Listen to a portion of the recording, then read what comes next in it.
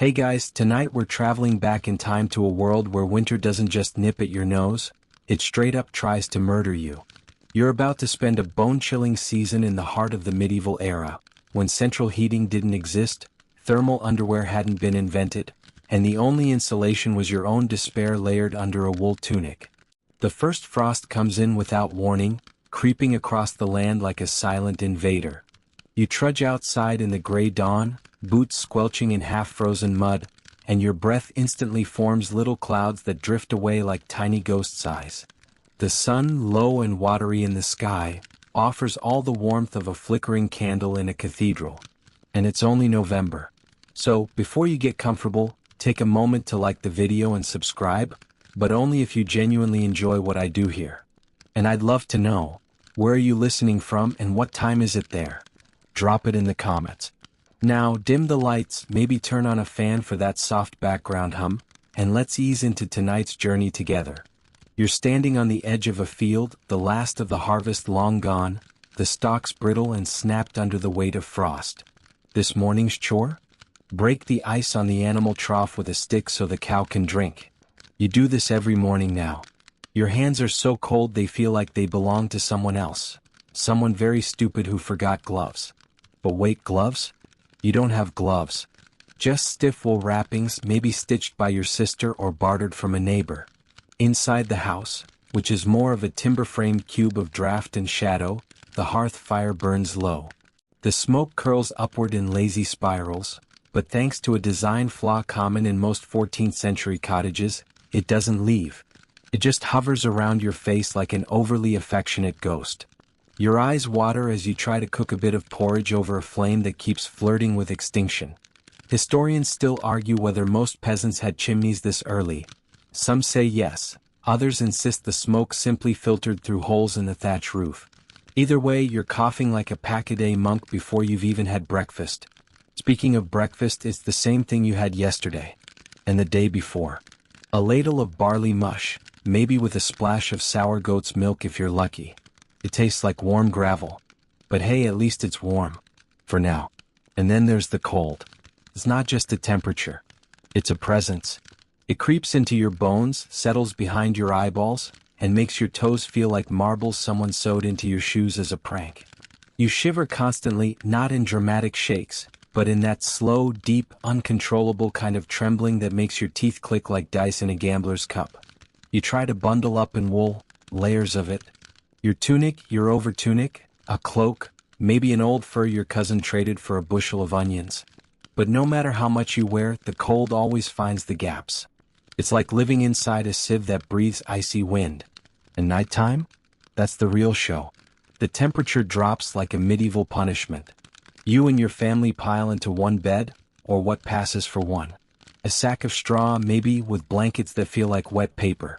Everyone huddles together like a bundle of spoons because body heat is the only heat. You're pressed so close to your siblings that you know what they dreamed about. And yes, someone always hogs the blanket. Even in the 1300s. There's a low groan from the roof, the wood creaking under the weight of snow. A cold draft whistles through the wall. Not around it, through it. These houses are made of wattle and daub, which sounds quaint until you realize it's just sticks, mud, and hope. Every sound outside is muffled, snow acting like nature's earplug. But you hear it, somewhere in the dark, a lonely wolf howling at the moon. You pull the blanket tighter and pretend it's not heading this way. By the time morning comes, the frost on the inside of the window has grown into a miniature forest. You reach for your shoes and find them stiff as boards. Frozen. You'll need to thaw them by the fire, if there's any wood left. Quirky side note? People sometimes used to put heated stones in their beds before sleep. Like prehistoric hot water bottles, but heavier and with more risk of setting your straw mattress on fire. It's comfort, medieval style. But hey, there's still daylight, right? You squint at the gray sky outside and realize, it's already getting dark again. Winter days are criminally short and candles are precious. You only light one if you really need to find that last oat in the barrel. And thus begins your long, slow surrender to the season. You thought you could handle the cold. You thought you were tough. But winter in the Middle Ages? It's not a season. It's a siege. You wake with your face pressed into straw that smells like the wrong end of a goat, and something in your back cracks in protest. Morning, if you can even call it that, is just a paler shade of night. The sun hasn't exactly risen. It's more like it gave up halfway and sent a dim gray glow instead. Welcome to another winter day. You pull yourself out from the blanket pile, leaving behind the only sliver of warmth you'll feel all day. The air bites at your cheeks instantly, and you mutter something that wouldn't pass as a curse in today's world, but would probably have earned you a dunking stool in yours. You reach for your outer layer, a thick woolen tunic that's about as soft as sandpaper, and begin the sacred daily ritual of layering. First, the linen shirt, though it hasn't been truly cleaned since summer. Then the wool tunic, then the overdress or coat, then the cloak. If you're lucky, a second cloak. You wrap a scrap of fabric around your neck, and another around your feet, because socks are a nobleman's luxury. Historians still argue whether the average peasant had access to dyed fabrics or only wore natural browns and grays. Some claim color was rare due to the expense of dyes, while others point out that even modest folk sometimes used local plants to create dull reds or yellows. But let's be real, whatever the color, it still itches. And now the wind. Oh, the wind. You step outside and it hits you like a slap from an angry ghost. It cuts straight through your layers and finds the one spot where your tunic doesn't quite meet your hose. It's like nature's little reminder, I see you and I will chill you. You shuffle across the frozen ground toward the chicken coop, which is more like a sad little shack built out of broken fence posts. The chickens squawk indignantly as if you invented snow. Their water is frozen solid, so you start the daily chore of breaking the ice with a stick, hoping your numb fingers don't snap off like brittle twigs. Back inside, the hearth is still struggling to stay alive. You poke at the embers with a metal rod and add a couple twigs you managed to scavenge yesterday. Firewood is running low, again. You were supposed to collect enough to last the season, but no one ever does. Wood burns faster than anyone can chop it, and your axe is about as sharp as your neighbor Thomas's wit, which is to say, not at all. In desperation, people sometimes burn things they probably shouldn't. Old furniture, dried animal dung, even shoes. One particularly quirky account from 15th century England mentions a family that burned their wooden cradles to keep warm, then bundled their children into baskets. Resourceful? Yes. Comfortable? Not remotely. You finally get the fire going and the room fills with smoke. Again.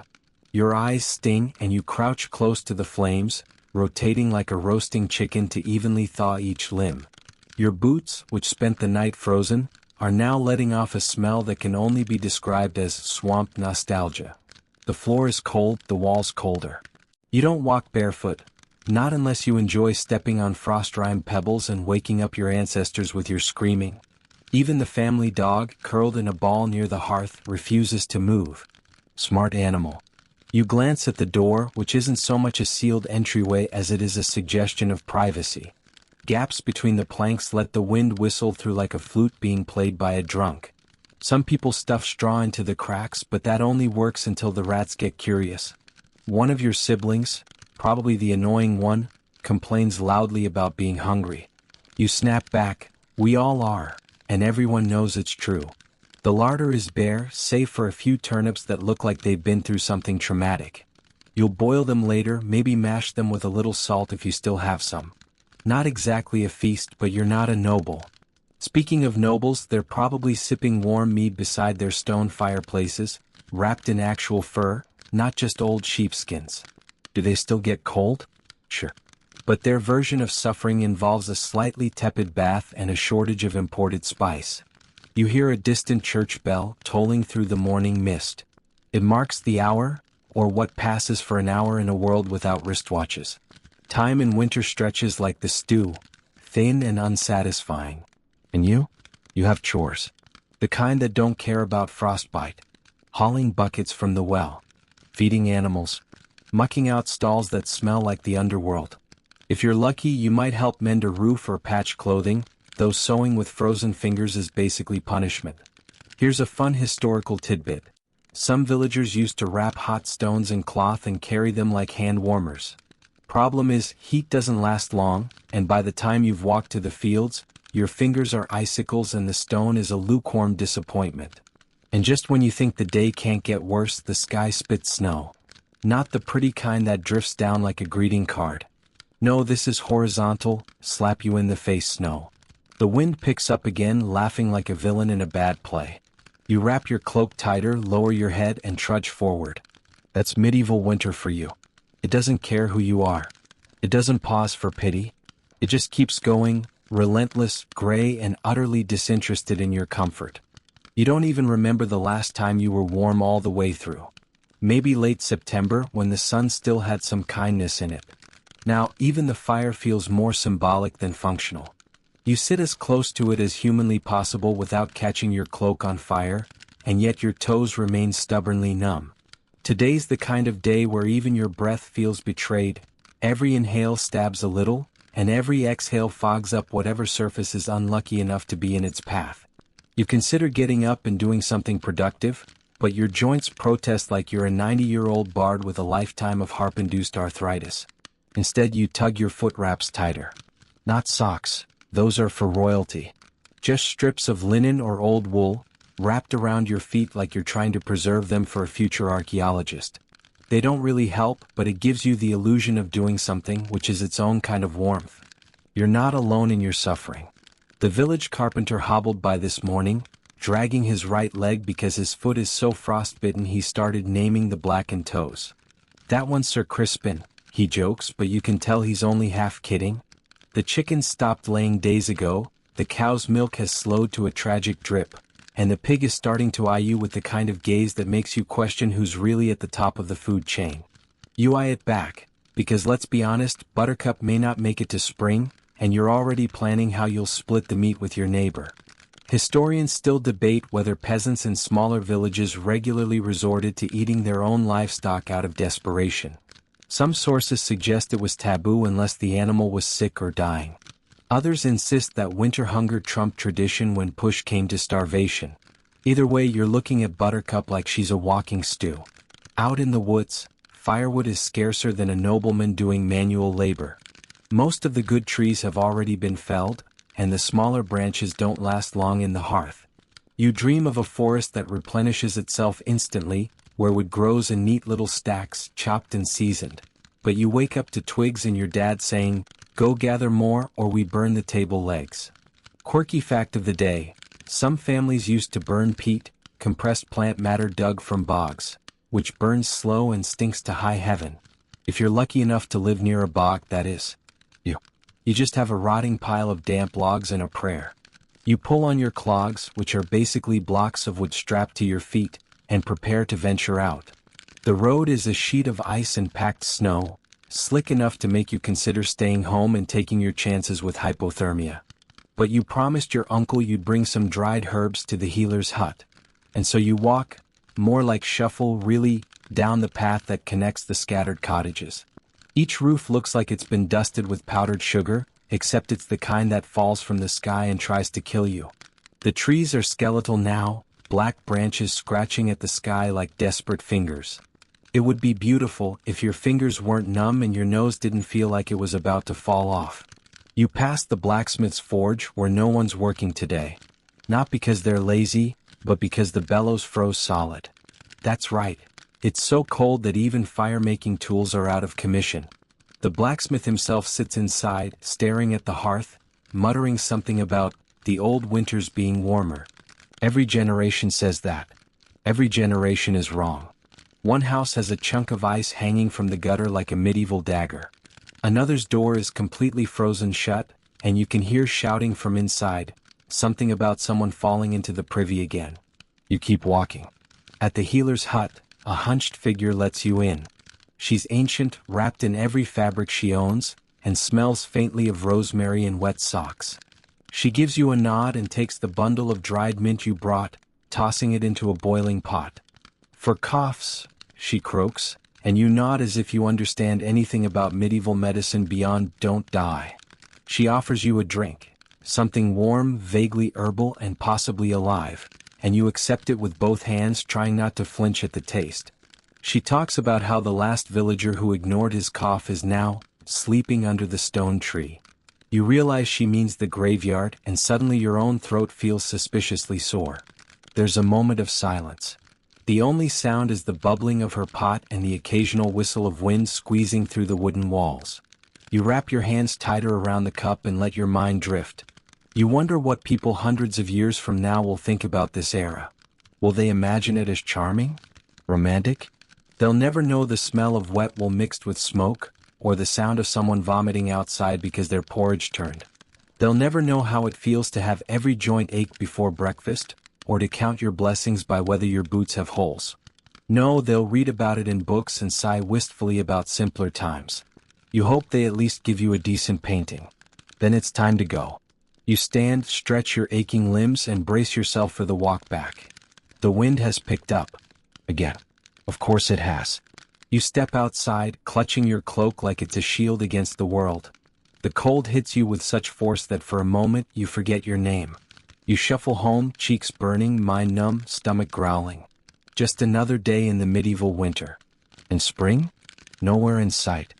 You make it back to the house with your face half frozen and your cloak stiff from the sleet, which now falls in sideways daggers. Your fingers no longer function as individual digits. They're more like a single cold slab at the end of each arm. You try to undo the wooden latch on the door and end up banging on it with your elbow until someone inside takes pity and opens it. Inside is only marginally better. The fire's burned down to a whisper, the air smells like damp dog and boiled turnip, and your youngest sibling is singing the same two-line song they made up 3 weeks ago. Over and over. In medieval terms, this is peak domestic bliss. You lower yourself to the floor by the hearth, not because it's clean or comfortable, it's neither, but because it's where the heat lives. The rush matting on the floor is damp, sprinkled with bits of ash, chicken feathers, and something suspiciously mushroom-like. You don't ask. A bit of broth simmers in a pot hung above the fire. It's thin and mostly water, with some kale and barley bobbing around like survivors of a shipwreck. You take your turn sipping from a wooden bowl and pass it on. Sharing meals is standard here, so is sharing colds, but no one wants to talk about that. Historians still argue whether meat was ever part of a typical peasant winter meal. Some evidence says they'd salt or smoke pork in the fall, storing it for rare feasts. Others insist most people just dreamed about meat while gnawing on black bread and cabbage. Either way, your broth tastes nothing like pork. You chew a barley kernel thoughtfully and wonder how many more weeks this cold will last. You glance up at the single small window, thick with frost. The light filtering through is blue-gray, like the world outside has been dipped in moonlight. There's no insulation. No glass. Just a piece of animal bladder stretched over a wooden frame to keep out the worst of the wind. It hums when the gusts hit it just right, a mournful kind of sound, like winter is humming a dirge just for you. You reach for your mittens, except they're not mittens. They're 2 socks with thumb holes cut in them. And they're still wet from yesterday. So you hold your hands over the fire again, turning them slowly, hoping your nails stop being blue before bedtime. Then your mother sets a task, mending a tear in your shirt. You hold the fabric close to the firelight and begin to stitch, fingers trembling, thread tangling. It takes an hour to do what would have taken 15 minutes in warmer weather. But you do it. Because what else is there? Quirky historical tidbit. During brutal winters, some people would wear their clothing to bed and not take it off again until spring. Weeks, even months, in the same crusty tunic. And yes, you do smell it. You all do. But nobody says a word because everyone smells like a wool-covered foot at this point. As the sun sets, if it ever really rose, you light a tallow candle. It sputters and flares, the flames small and greasy, casting strange shadows on the rough walls. It smells like wet beef and old socks, but it's the only light you have. You hold it close to your stitching, trying not to set anything on fire, especially yourself. Your father returns from the woods, shaking snow from his shoulders. He brings a bundle of sticks barely bigger than your arm. It's enough to last, maybe half a day. He looks tired, older than he did yesterday. The cold does that. It carves lines into your face like it's working on a sculpture no one asked for. And then someone mentions the wolves. You pause. There have been sightings near the edge of the forest. Tracks in the snow. A missing sheep. The village is on edge. Wolves in winter aren't just a bedtime story. They're real, hungry, and sometimes bold enough to slink near the houses at night. You remember hearing one last year. Its howl wasn't lonely, It was intentional. Like it was telling you, I'm close. I know where you sleep. You didn't sleep for days after that. Historians debate how widespread wolf attacks really were. Some claim they were rare and exaggerated, while others point to chronicles listing dozens of livestock losses and even human deaths during especially cold spells. You're inclined to believe the dramatic version, because fear lives loudest in winter. The candle burns low. Your mother scrapes the last bit of stew from the pot. Someone snores already. The baby's whimpering in the corner. And outside the wind howls, not a wolf, not this time. Just the wind mimicking it, which is worse somehow. You wrap yourself in your blanket, a stiff woolen sheet that smells of smoke and sleep, and settle in for the night. You lie close to your siblings, pressed shoulder to shoulder like firewood in a pile, sharing what warmth you can. And as you drift off, staring at the flickering shadow of the dying flame, you wonder, will tomorrow be colder? Probably. But you're too tired to care. The last thing you hear before sleep steals you away is the soft patter of snow falling on the thatch, and the quiet creak of the wind pressing its frozen fingers into the walls. Morning arrives without ceremony, just a paler shade of black creeping in through the cracks in the walls and the faint, mournful groan of wind. You open your eyes slowly, confused for a moment whether it's still night or not. It hardly matters. Daylight is more of a rumor this time of year, something you hear about but rarely see in full. Your blanket feels frozen at the edges, stiff where your breath collected as moisture and froze solid. You roll over and immediately regret it. Your shoulder presses against the cold stone floor and sends a jolt through your spine like you've just been poked by winter's bony finger. You sit up, bones creaking louder than the floorboards. You stretch and your breath fogs the air in front of you. There's a layer of frost on the inside of the wall. Inside. You scrape it with your fingernail and it flakes off like icy dandruff. Congratulations, you live in a snow globe. No one says much. No one has the energy. Everyone's slow to rise and slower to smile. Even the fire died overnight, reduced to ash and regret. You nudge the embers with a stick, hopeful, but all you get is a quiet puff of smoke and the smell of last night's stew. Today is wood chopping day. You pull on your layers, damp linen, wool, and a cloak that smells increasingly like wet goat, and step outside. The cold doesn't hit you, it absorbs you. Like stepping into a mouth of frost. You instantly forget what warmth feels like. Your boots crunch against the frozen earth, and you make your way to the woodpile, which is really just a sad stack of logs frozen together in protest. The axe is leaning against the wall, and it's so cold that the metal burns your palm through the glove. You curse softly, not a real curse, more of a whispered complaint to the sky. You lift the axe, swing, and the first log barely cracks. It takes you 10 full minutes to split one piece of wood. Your arms ache, your breath rasps, and your fingers are turning that pinkish-white shade that says, maybe stop soon if you like having fingers. Historians still debate how much firewood a family needed to survive a medieval winter. Some estimates suggest several tons. That's a lot of chopping. A lot of lifting. And if you didn't gather enough by October, you'd spend every single day like this, swinging an axe while your soul slowly frosts over. By the time you finish your miserable quota, your cloak is dusted with snow, and your eyebrows have frozen into tiny white caterpillars.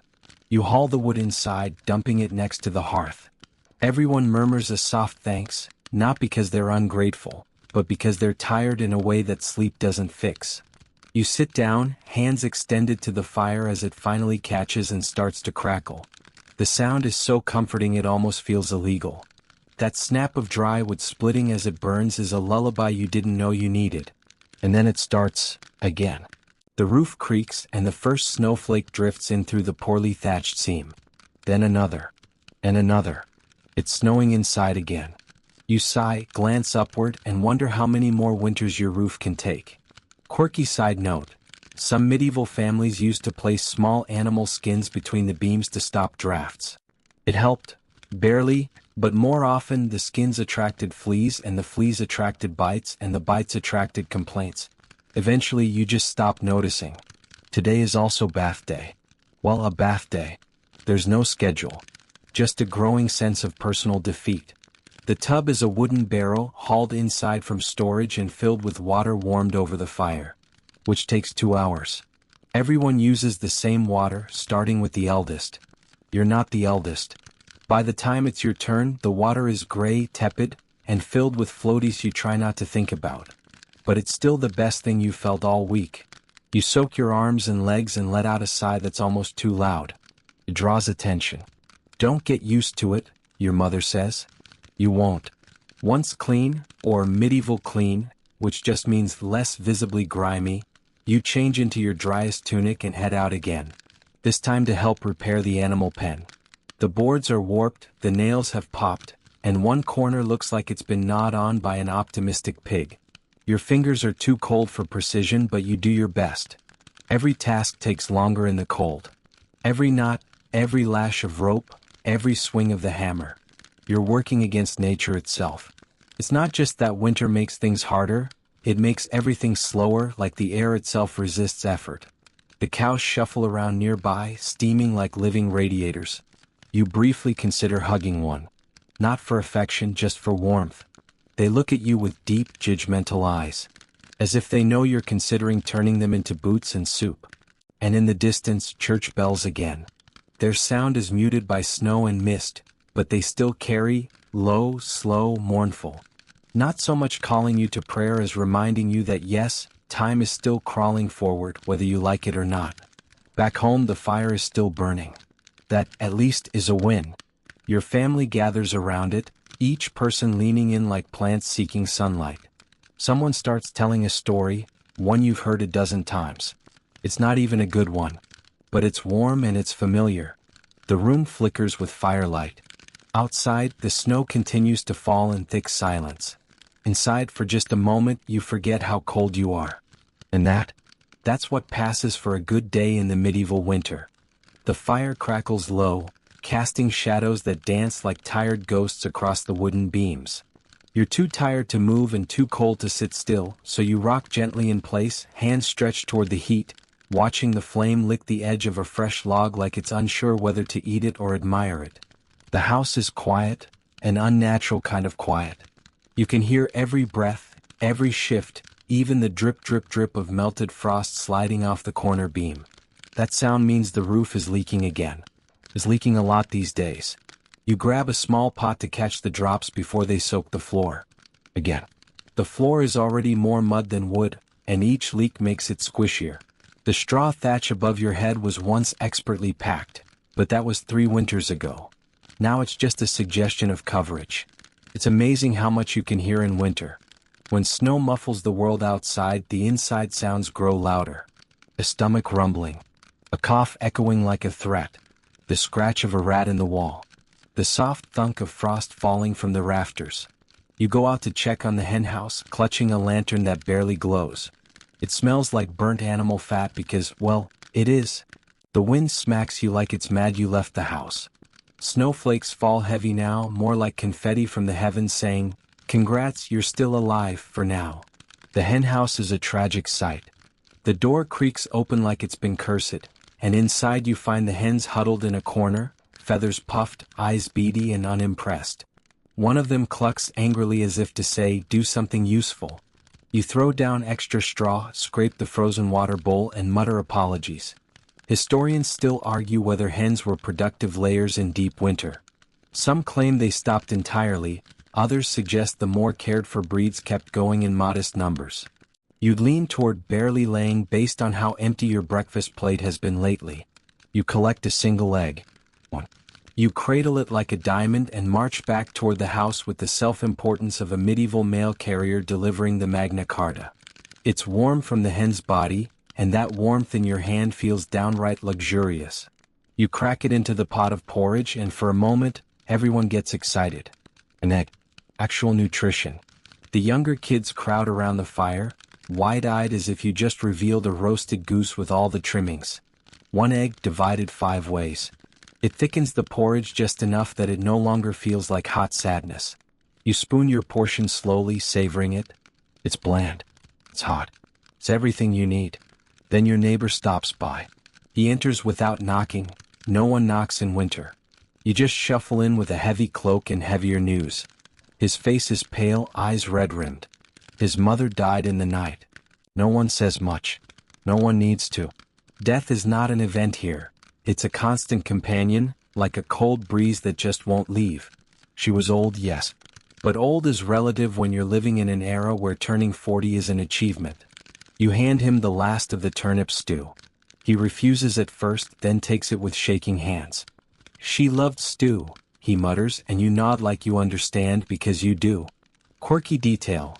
In some villages, people believed the soul lingered in the house for 3 days after death, especially in winter. So they'd leave the door ajar, just a crack, so the spirit could leave peacefully.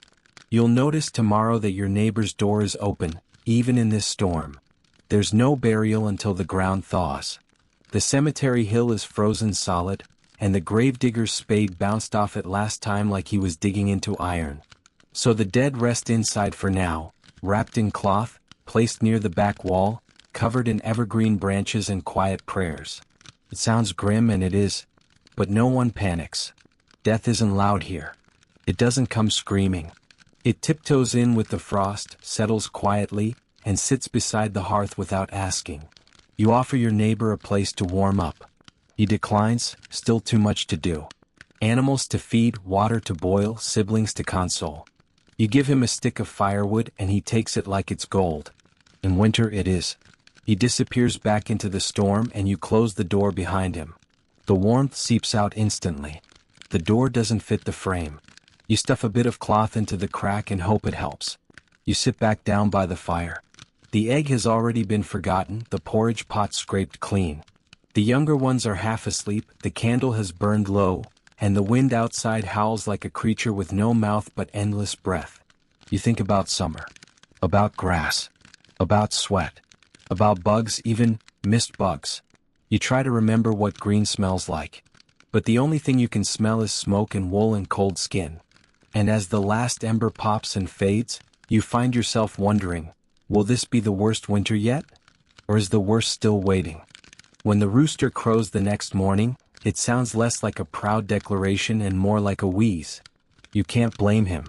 If you had to sleep in a coop with frozen droppings and frostbitten toes, you'd be cranky too. You stir slowly under the blanket, then remember why you didn't want to move. Your neck aches, your hips asleep, and your breath rises in little clouds above your face. The frost on the inside wall has grown thicker, actual ridges now. You wonder if it's possible to build a second wall out of just the frost and live inside that. It might be warmer.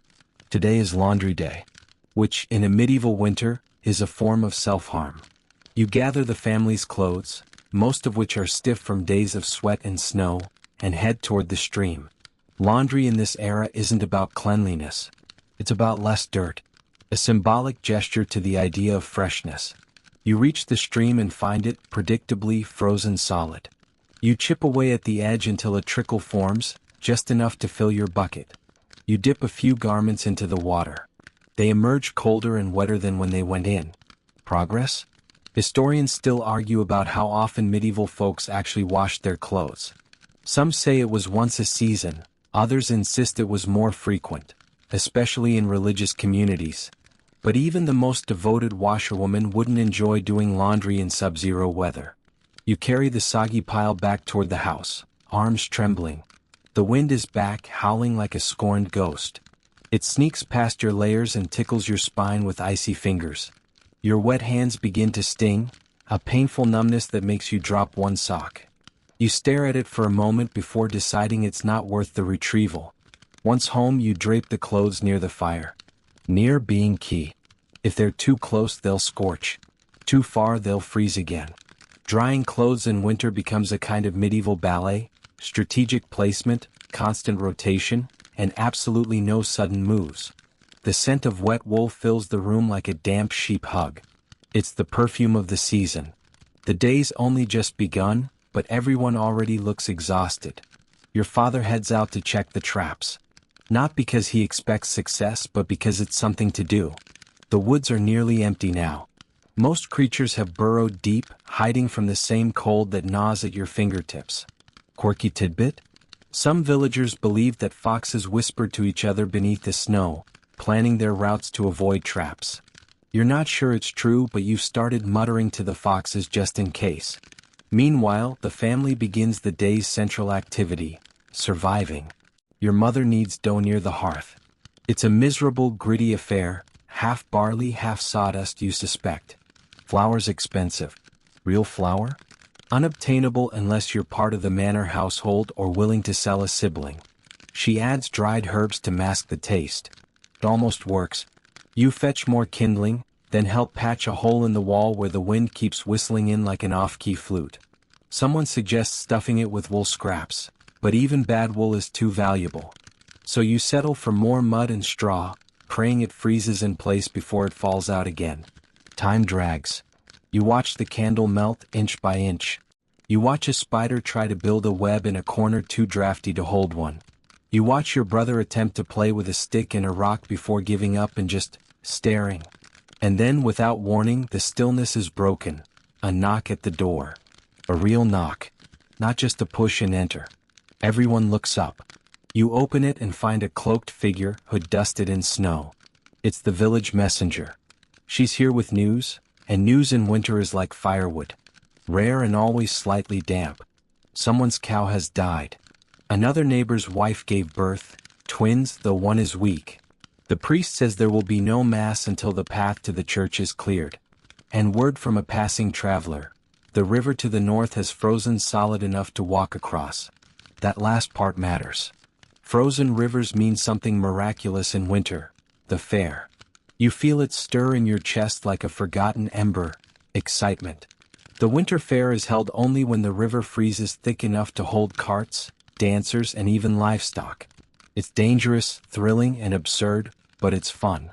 In a world where every day feels like a battle for your toes, the idea of a festival sounds like treason against reality. Historians tell stories of these ice fairs.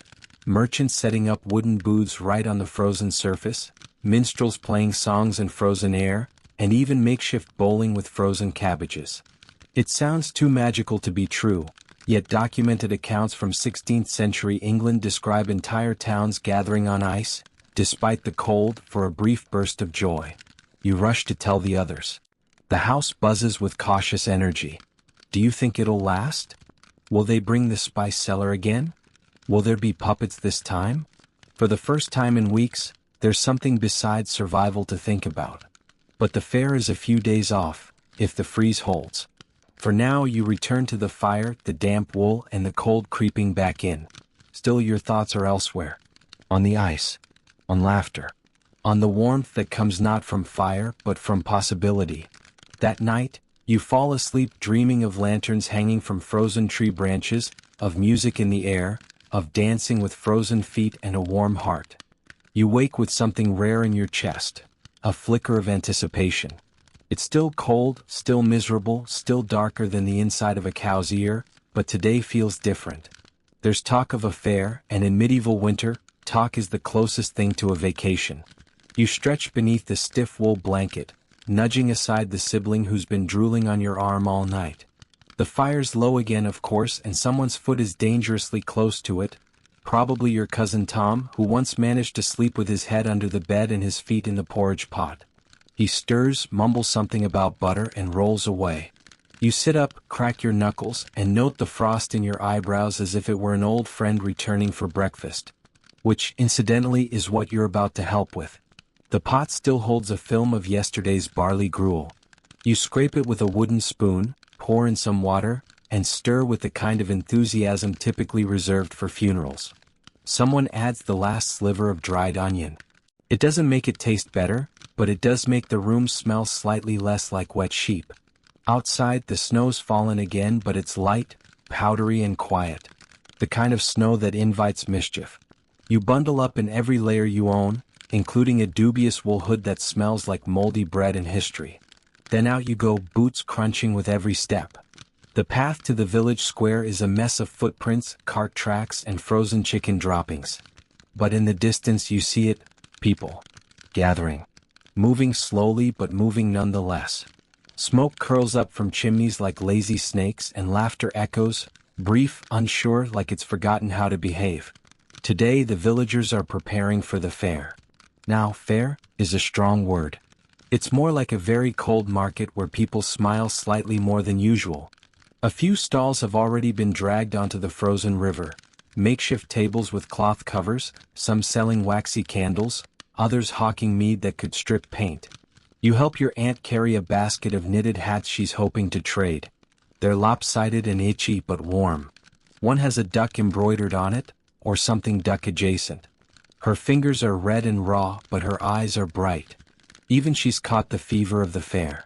Historians still debate how extensive winter fairs were. Some insist they were major events, complete with musicians, dancing, and even rudimentary ice skating with bone skates. Others say they were small, desperate affairs. A few traders, a fire pit, and a lot of cold toes. But you know one thing, even the idea of a fair brings warmth. Back on the ice, someone's setting up a game. A barrel, a rope, and what looks like a frozen turnip tied to a stick. No one knows the rules yet, but you're pretty sure it'll involve slipping. Quirky tidbit? In some regions, medieval folks did try to skate, tying polished animal bones to their feet and pushing themselves along with spiked poles. Not exactly Olympic material, but impressive for people who also believed sneezing was caused by demons. Your cousin dares you to try walking the icy river without falling. You accept because pride is warmer than safety. You take a few cautious steps, then more confident ones. Then you hit a patch that's shinier than it should be and, whoosh, you're on your back staring up at the sky, seeing stars and regretting your choices. Everyone laughs, including you. Because even though your tailbone may never forgive you, this is the most fun you've had since autumn. Later, you help gather firewood to start a large bonfire in the center of the river. A risky move, yes, but tradition is tradition. Someone shouts about spacing the logs, about airflow, about not dying on a flaming lake, and you all nod as if any of you understand physics. When the fire catches, people gather. They stand in circles, warming hands, trading gossip. A traveling peddler arrives on a horse with hooves wrapped in rags. He's selling ribbons, trinkets, and a tiny puppet that looks suspiciously like the village priest. No one mentions it aloud, but the smiles say plenty. You spend your last 2 copper coins on a honey cake so hard it could be used as a weapon. You gnaw at it with determination, and when it finally gives, your frozen jaw sings with joy. You offer a piece to your younger sister, who takes it like it's treasure. As the sun starts to dip, the fair winds down. People begin packing up their stalls. The fire burns low, and the shadows stretch long across the ice. You linger watching the colors change, the sky turning orange, then purple, then a deep, sleepy blue. You walk home slowly, still tasting honey, still hearing laughter in your ears. The cold is still here. It always will be. But for a few hours it loosened its grip. That night, back by your hearth, you retell everything. The puppet. The turnip game. The fire on the ice. The honey cake. Everyone listens, even the quiet uncle who never smiles. He chuckles once. That's a big deal. As you crawl into your shared bed of straw and blanket, the warmth from the fair still lingers in your bones. You close your eyes with a smile, and for the first time in a long while, winter doesn't feel quite so brutal. At least, not tonight. You wake the next morning to a strange sensation, warmth. Not a fire, not another human breathing too closely beside your face, but actual ambient warmth. You sit up, blinking against the pale morning light, and notice something even stranger: silence. No wind. No howling. No creaking of branches under the weight of snow. You rush to the door, fumbling with the latch, and step outside, still wrapped in a cloak and a sense of disbelief. And there it is. A thin crust of snow melts slowly in patchy spots, revealing sodden earth underneath. The air doesn't sting your lungs. Your breath no longer hangs in the air like a ghost following you around. A droplet of water runs off the thatched roof and lands with a faint plop at your feet. You almost cry, but you're far too dehydrated for that kind of luxury. Careful, your father mutters behind you. False spring. He's right, of course. It happens every year. A single day or two of mercy before winter remembers what it was doing and comes roaring back with vengeance. But even so, you take the win. Today is a reprieve, and you'll use every second of it. Historians refer to this as the February Fool, a phenomenon where medieval communities would prematurely celebrate the perceived end of winter, only to be crushed by a March blizzard. In fact, some even held small festivals or extra prayers on these days, hoping to coax spring into sticking around. Your village isn't holding a festival, but people are acting hopeful. Doors open wider. Children go outside without being wrestled into 5 layers. Someone laughs. A real laugh, not the brittle kind made from frostbitten lungs and sarcasm. You decide today is laundry and drying day. Bold move. The frozen stream is running again, sluggish but alive. You fill buckets with both hands, staggering under their weight, and head back to the house with renewed determination. You set up a laundry line outside using spare rope and the sturdiest tree branches you can find. As you hang shirts, cloaks, and foot wraps in the weak sunlight, a miracle happens. A breeze, not a cold one but a neutral one, dries the hem of your tunic while you're still wearing it. Your mother hangs herbs from the rafters to dry. She hums a tune you haven't heard in weeks. Might be joy. It might just be her trying to scare away the rats. Either way, the energy feels different today. Lighter. You take the opportunity to check the root cellar. It's always a risky endeavor this late in winter.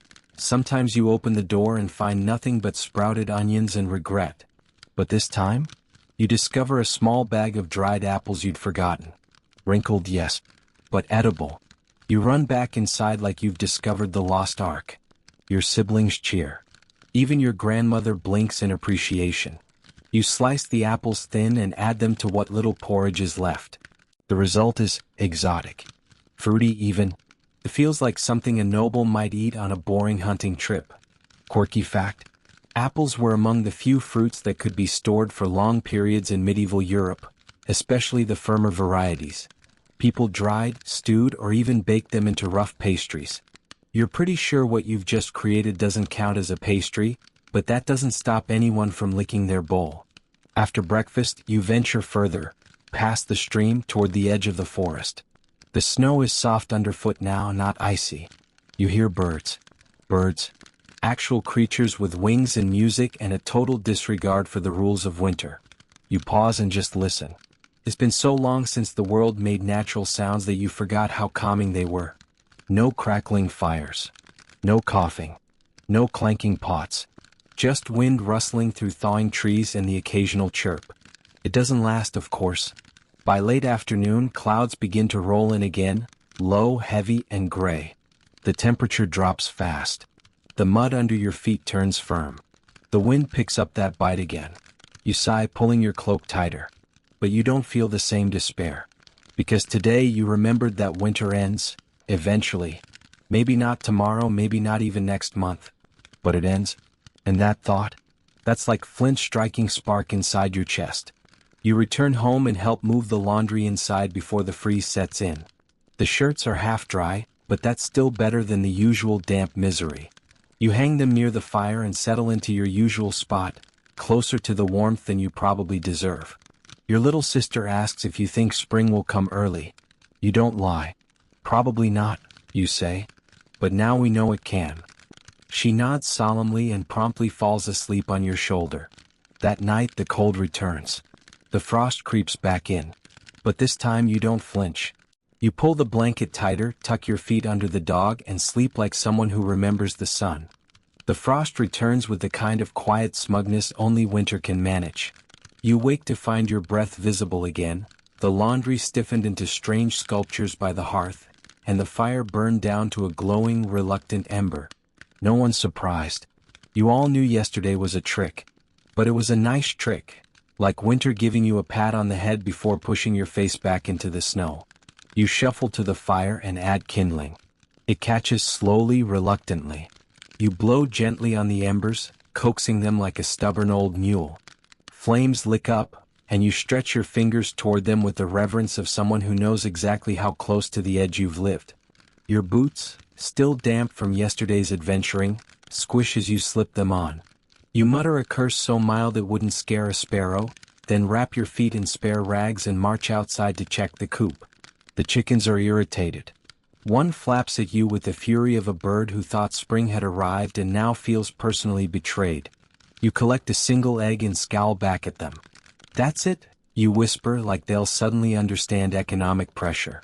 The snow has crusted over, slick and glinting in the pale light. You take careful steps across it, aware that any misstep means a bruised backside and another lecture from your uncle about proper winter posture.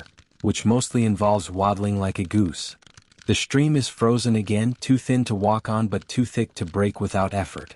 You make a mental note to fetch water from the well instead. Your arms ache just thinking about the bucket haul. But that's winter for you. It gives you biceps and resentment in equal measure. You stop for a moment on the path back to the house, your breath clouding around your head. The village looks like something out of a woodcut. Gray cottages huddled together under a dusting of snow, smoke curling upward like weary sighs, and figures moving slowly, deliberately, as though even time is tired. Historians sometimes describe medieval winter routines as monotonous, even dull. But dull isn't the right word. Repetitive? Sure. Exhausting? Absolutely. But every day is a decision, to keep going, to find fuel, to scrounge just enough food, warmth, and hope to make it to the next dawn. And yet there are bright spots. You pass a neighbor who grins despite the wind and hands you a small pouch. Inside, dried rose hips. For the baby, she says, and you nod, tucking it into your cloak. Rich in vitamin C, though no one calls it that. Just good for the chest. Generosity in winter isn't common, but it does exist. Usually in tiny, precious gestures. Back home, the egg goes into a pan, shared among 3 mouths, and a piece of bread so stale you have to dip it in broth to chew it. It's delicious in a way only scarcity makes things. Your mother's mending a cloak by the window, and your little brother is attempting to play a tune on a makeshift flute carved from elder wood. It sounds like a duck trying to whistle, but no one tells him to stop. Even noise is company these days. Quirky side note, some medieval children made toys from scraps. Wooden dolls, bone dice, hoops from bent branches. One surviving record mentions a snow knight built from packed snow and armored with bits of tin. A frozen plaything for a frozen childhood. Inspired, your brother runs outside to sculpt something in the snow. 10 minutes later, he's yelling because he can't feel his fingers, and your mother is rubbing them between hers while muttering prayers that sound suspiciously like curses. You hand him your warmest foot wrap and let him use it as a mitten. A small sacrifice. The sky darkens early today. Snow is coming again. You can feel it in your joints, in the way the wind changes pitch, in the stillness of the animals. Even Buttercup the pig is unusually quiet, nose tucked beneath her flank in the corner of the pen. As the snow starts to fall, thick and silent, you return inside and bar the door. You press a cloth into the crack at the bottom to block the draft. The fire crackles, the pot bubbles, and the room glows with a faint, flickering comfort. Your father tells a story, one he's told before, about the time he got lost in a snowstorm as a boy and survived by crawling into a haystack and falling asleep until morning. You were lucky, your mother says, shaking her head. No, I was cold, he replies, and everyone chuckles softly. There's something soothing about repetition, about hearing old stories in familiar voices. It makes the walls feel less thin, the night less long. You go to sleep that night with the snow falling outside, layering the world in white silence once more. Your blanket is no thicker than it was yesterday, and the wind still finds its way through the roof beams. But your belly is a little fuller. Your hands are warmer.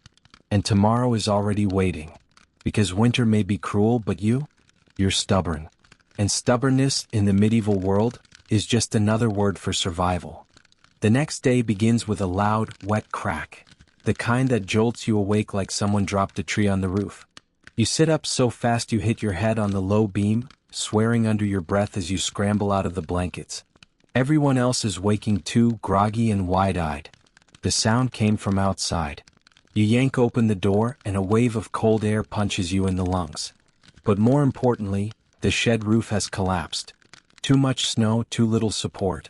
The slope had been sagging for days, but like most problems in winter, you hoped it would hold a little longer. It didn't. You rush over, boots crunching through thigh-high snow, and start digging. Not for tools or firewood, though you wish it were just that, but for the goat. She was tied in the corner overnight to keep her safe from wolves and the cold. You dig frantically, arms burning, heart thudding. A few tense minutes later you find her, alive, bleeding but stunned. Covered in snow, wide-eyed. You cut her free, carry her back to the house, and lay her near the fire. Everyone gathers around, rubbing her with cloth, whispering to her like she understands. Maybe she does. Quirky fact, In many medieval households, small animals like goats, chickens, and even pigs were brought inside during the coldest nights, not just for their safety but for yours. Their body heat helped warm the room, and in lean times, companionship mattered almost as much as survival. The goat sneezes violently onto your cousin. No one flinches. It's basically a hug at this point. After the goat situation is under control, you step back outside and assess the damage. The shed's a loss. The roof will need to be rebuilt and you'll have to shift the stored kindling somewhere else. Some of it already soaked through and useless now. Your father's jaw clenches as he surveys the wreckage. Could have been worse, he mutters, which is medieval for, this is a disaster, but I'm trying not to panic in front of the kids. You help salvage what you can. A bent rake, a cracked water bucket, the door itself still half intact. By midday, your fingers have gone numb and back again 5 separate times. You don't remember what warmth used to feel like, you only remember the absence of pain, which counts as progress. To lift spirits, your mother makes something different for lunch. Flatbread with bits of dried herbs pressed into it. You chew it slowly, savoring the crunch and the unfamiliar texture. It's still basically flour and air, but different flour and seasoned air. That counts as luxury. Historians still argue whether peasants had access to culinary variety in winter. Some records show a surprisingly inventive use of dried herbs and fermented ingredients, while others suggest the daily menu was an endless parade of gruel. You're pretty sure it depends on whether your village had a grandmother with secret seasoning skills. Yours does. After lunch, your uncle decides to inspect the forest traps again. He asks if you want to come. You say yes without thinking. Not because you want to, but because sitting inside makes your thoughts spiral inward like a snail curling into its shell. The woods are quieter than usual. Snow mutes every step, and the usual creaks and chirps are absent. You scan the trees for movement. There's none. The traps are empty. Except one. Toward the last station you find a hare. Half frozen, legs stiff but not yet stiff enough. It blinks slowly, nose twitching once. Your uncle sighs, crouches down, and makes a decision. A quick one. You look away. Later you carry the catch back together. It's small but it means meat, real meat. The whole walk home, you pretend you don't notice your uncle's limp getting worse or how often he coughs into his sleeve. Back at the house, the hare is cleaned and prepared. Your mother does it wordlessly. She's fast, efficient. Not because she's cold-hearted, but because she knows too much to waste time on sentiment. That night's stew tastes richer. Everyone eats slower. You pass around bowls with steaming broth, chew the soft meat, and for once no one complains. No one jokes. Everyone just eats. The candle burns longer tonight. The shadows seem softer. The goat, now recovered, chews hay loudly from the corner. You lean against the hearth, belly full, eyelids heavy, and think, today was hard. But it had warmth. And that makes it rare. You curl into your blanket as the fire pops and hisses gently beside you. You hear the wind outside, but it doesn't sound angry tonight. Just tired. Like the rest of you. You sleep long and hard that night. The kind of sleep that pulls you under like a warm current, where your limbs go heavy and your dreams are slow and blurry. You don't even remember closing your eyes. Just warmth. Then silence. When you wake, your boots are still on, your back is stiff, and Buttercup the goat is halfway on your chest. She snores. Yes, goats snore. And now you know that firsthand. You gently push her off, sit up, and rub your eyes. The fire's gone to embers again. The room smells like smoke, stew, and animal. You stretch, yawn, and then realize, no one else is up. Strange. You poke around the room. Everyone is still bundled, still snoring. Even your little brother, who normally wakes before the sun to make noise with a spoon and a stick, is curled up, out cold. You don't question it, you grab the moment like treasure and tiptoe outside. The snow has stopped. The world is still blanketed, but there's no wind. No flurries. Just flat gray skies and a cold that feels a little less sharp than yesterday's. You breathe in deep, the air stinging your lungs, but not in that brutal way. More like a warning nudge than a slap. You start the chores early. Wood first. Then water from the well. The bucket creaks as it's hauled up, heavy and cold in your hands. You don't even mind the splash that hits your boots. You barely notice. You feel, okay. Not warm. not rested. But okay. Historians often overlook this part of winter, the slow settling in. Once the shock wears off, once the hunger becomes familiar, once the numbness is just another layer, something strange happens. You adapt. Your body gets slower. Your thoughts get simpler. Survival becomes routine. You bring the water in, get the fire started again, and watch the light dance across the walls. Your mother stirs next, then your sister. Soon the room hums back to life with movement, whispers, the clang of the cooking pot, and the soft patter of Buttercup's hooves on the floorboards. Breakfast is quiet today. The stew has more flavor than usual, probably left over from the rabbit you caught 3 days ago. Or maybe your taste buds are just grateful for anything hot. You step outside again after the meal, this time to check the path to the forest. A few of the boys are already there, stomping down a track through the snow with heavy boots and loud voices. You help. Not because you were asked, but because it feels good to do something. One of them mentions a rumor: the river might be walkable again. The fair could return if the weather holds. It's a thin hope, but it spreads fast, like a spark on dry kindling. By midday the village feels different. Not warm, not cheerful, but active. Someone's chopping wood. Someone else is patching a roof. You see 2 girls building what looks like a snow person with sticks for arms and a potato for a nose. They're giggling. It's the first time you've heard laughter in days that didn't sound forced. Quirky side note: medieval snowmen were a thing. Often made for festivals or superstitious reasons. Some were dressed up in old clothes or made to represent people, and not always flatteringly. One famous 16th century illustration shows a snowman dressed as a priest. Interpret that how you will. That afternoon the priest himself comes by. He walks slowly, bundled in so many layers he looks like a lumpy candle. He blesses the homes with a quick prayer and a sprinkle of holy water that freezes almost instantly on the doorstep. He offers no sermon, just a nod and a muttered, "Spring will come. Eventually." The sky remains gray, but it hasn't snowed again. That counts as victory. You spend the rest of the day helping your uncle reinforce the outer wall of the barn with thick branches and hay. It's not pretty, but it might hold against the next storm. Maybe. Probably. As the sun begins to fade, early of course, you find yourself back near the hearth, tired but satisfied. You hold your hands close to the flames, feeling that familiar tingle as warmth creeps back in. You wiggle your toes, which are still attached. That's always a bonus.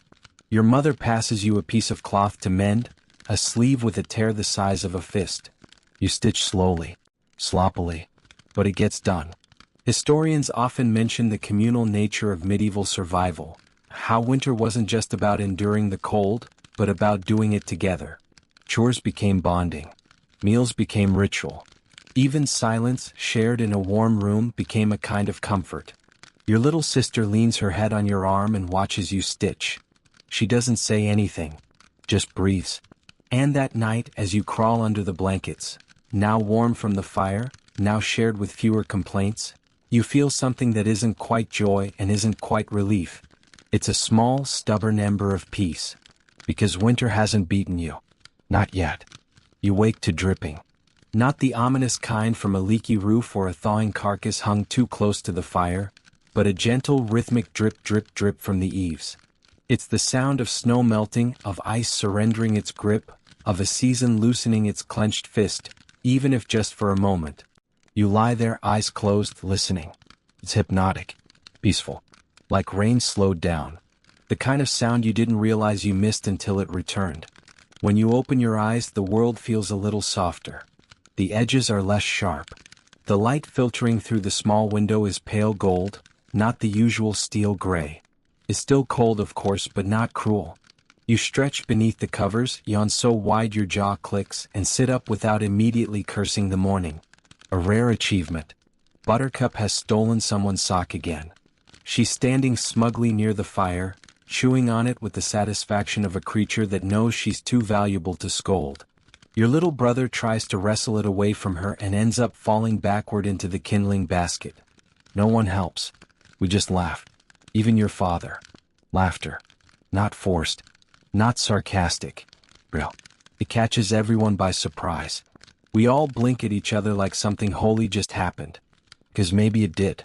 Historians write about the psychological cycle of winter. Despair, numbness, endurance, and then, if you're lucky, relief. Not the kind that bursts in like spring, but the quiet kind that tiptoes in on the back of a sunbeam and sits beside you without speaking. You rise, gather your cloak, and step outside. And there it is. Mud. Beautiful, sticky, miserable mud. Where yesterday was snowdrift and ice, today is slush and brown puddles. The road looks like it's melting into the earth. The snow on rooftops is breaking apart in thick, dripping chunks. Chickens are cautiously pecking at patches of thawed ground like explorers on a newly discovered continent. You squelch your way to the well and find a bucket already full of rainwater. You pause to admire the surface, a thin skin of ice broken in the center by a perfect circle of cold.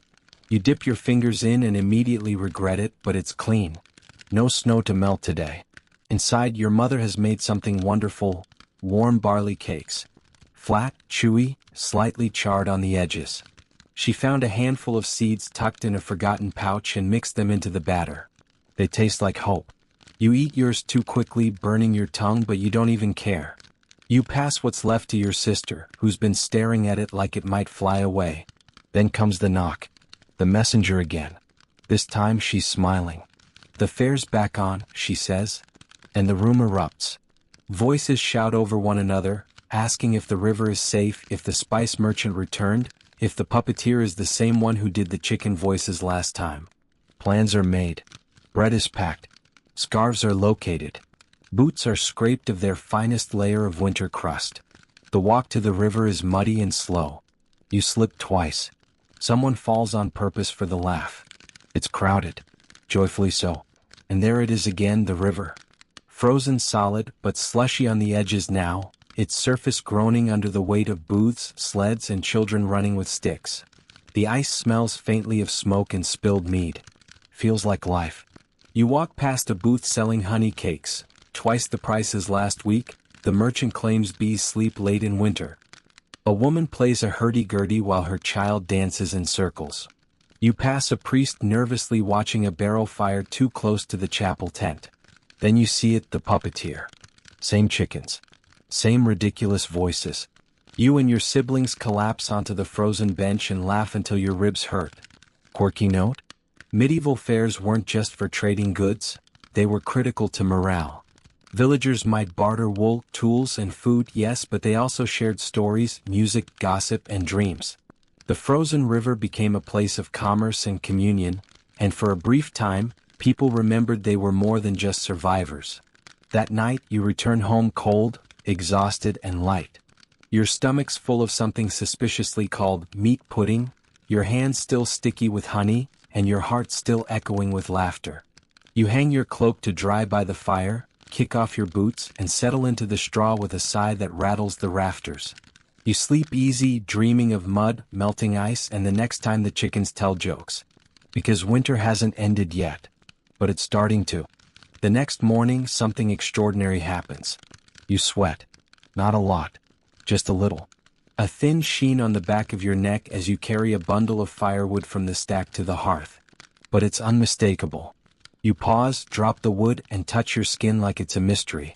And in a way, it is. Because for months your skin has only known cold. Layers and layers of it. You'd forgotten that your body could do anything other than shiver. And now, standing there in the pale spring sun, sweating slightly, you feel ridiculous and grateful all at once. Your mother eyes you suspiciously. You sick? No, you grin.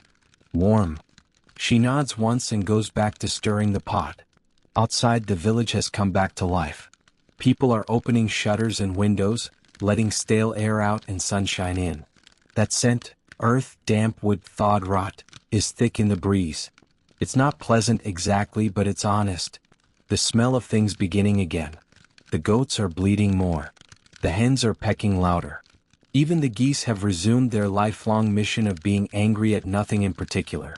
Historians describe this time of year as the hunger gap, that cruel window between the end of winter stores and the first spring harvest.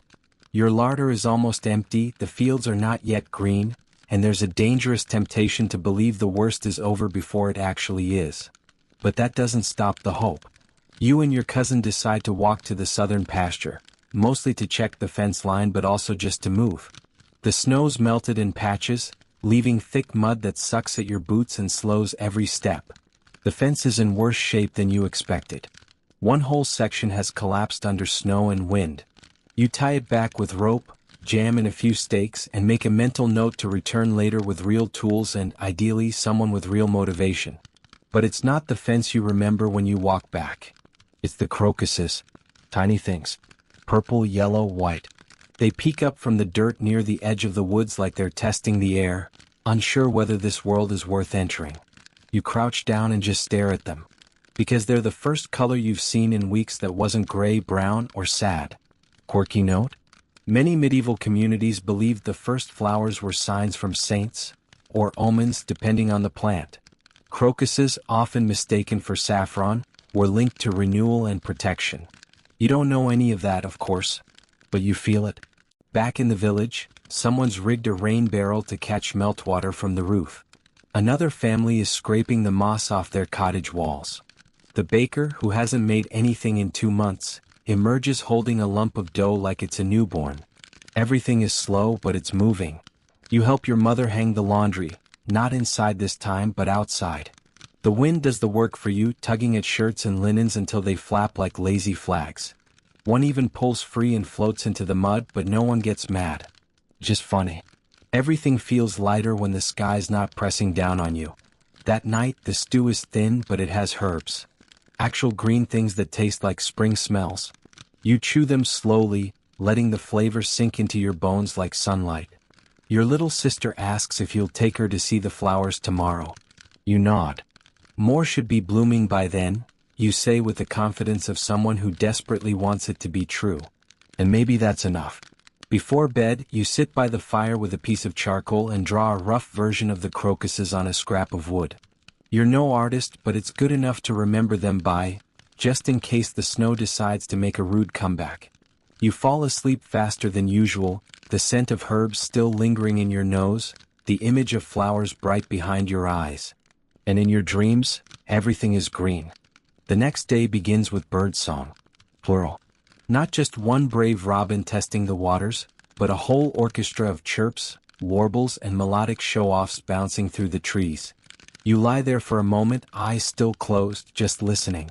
You can hear the clucking of the chickens, the low murmur of conversation outside, and the faintest trickle of water from the stream, fully thawed now.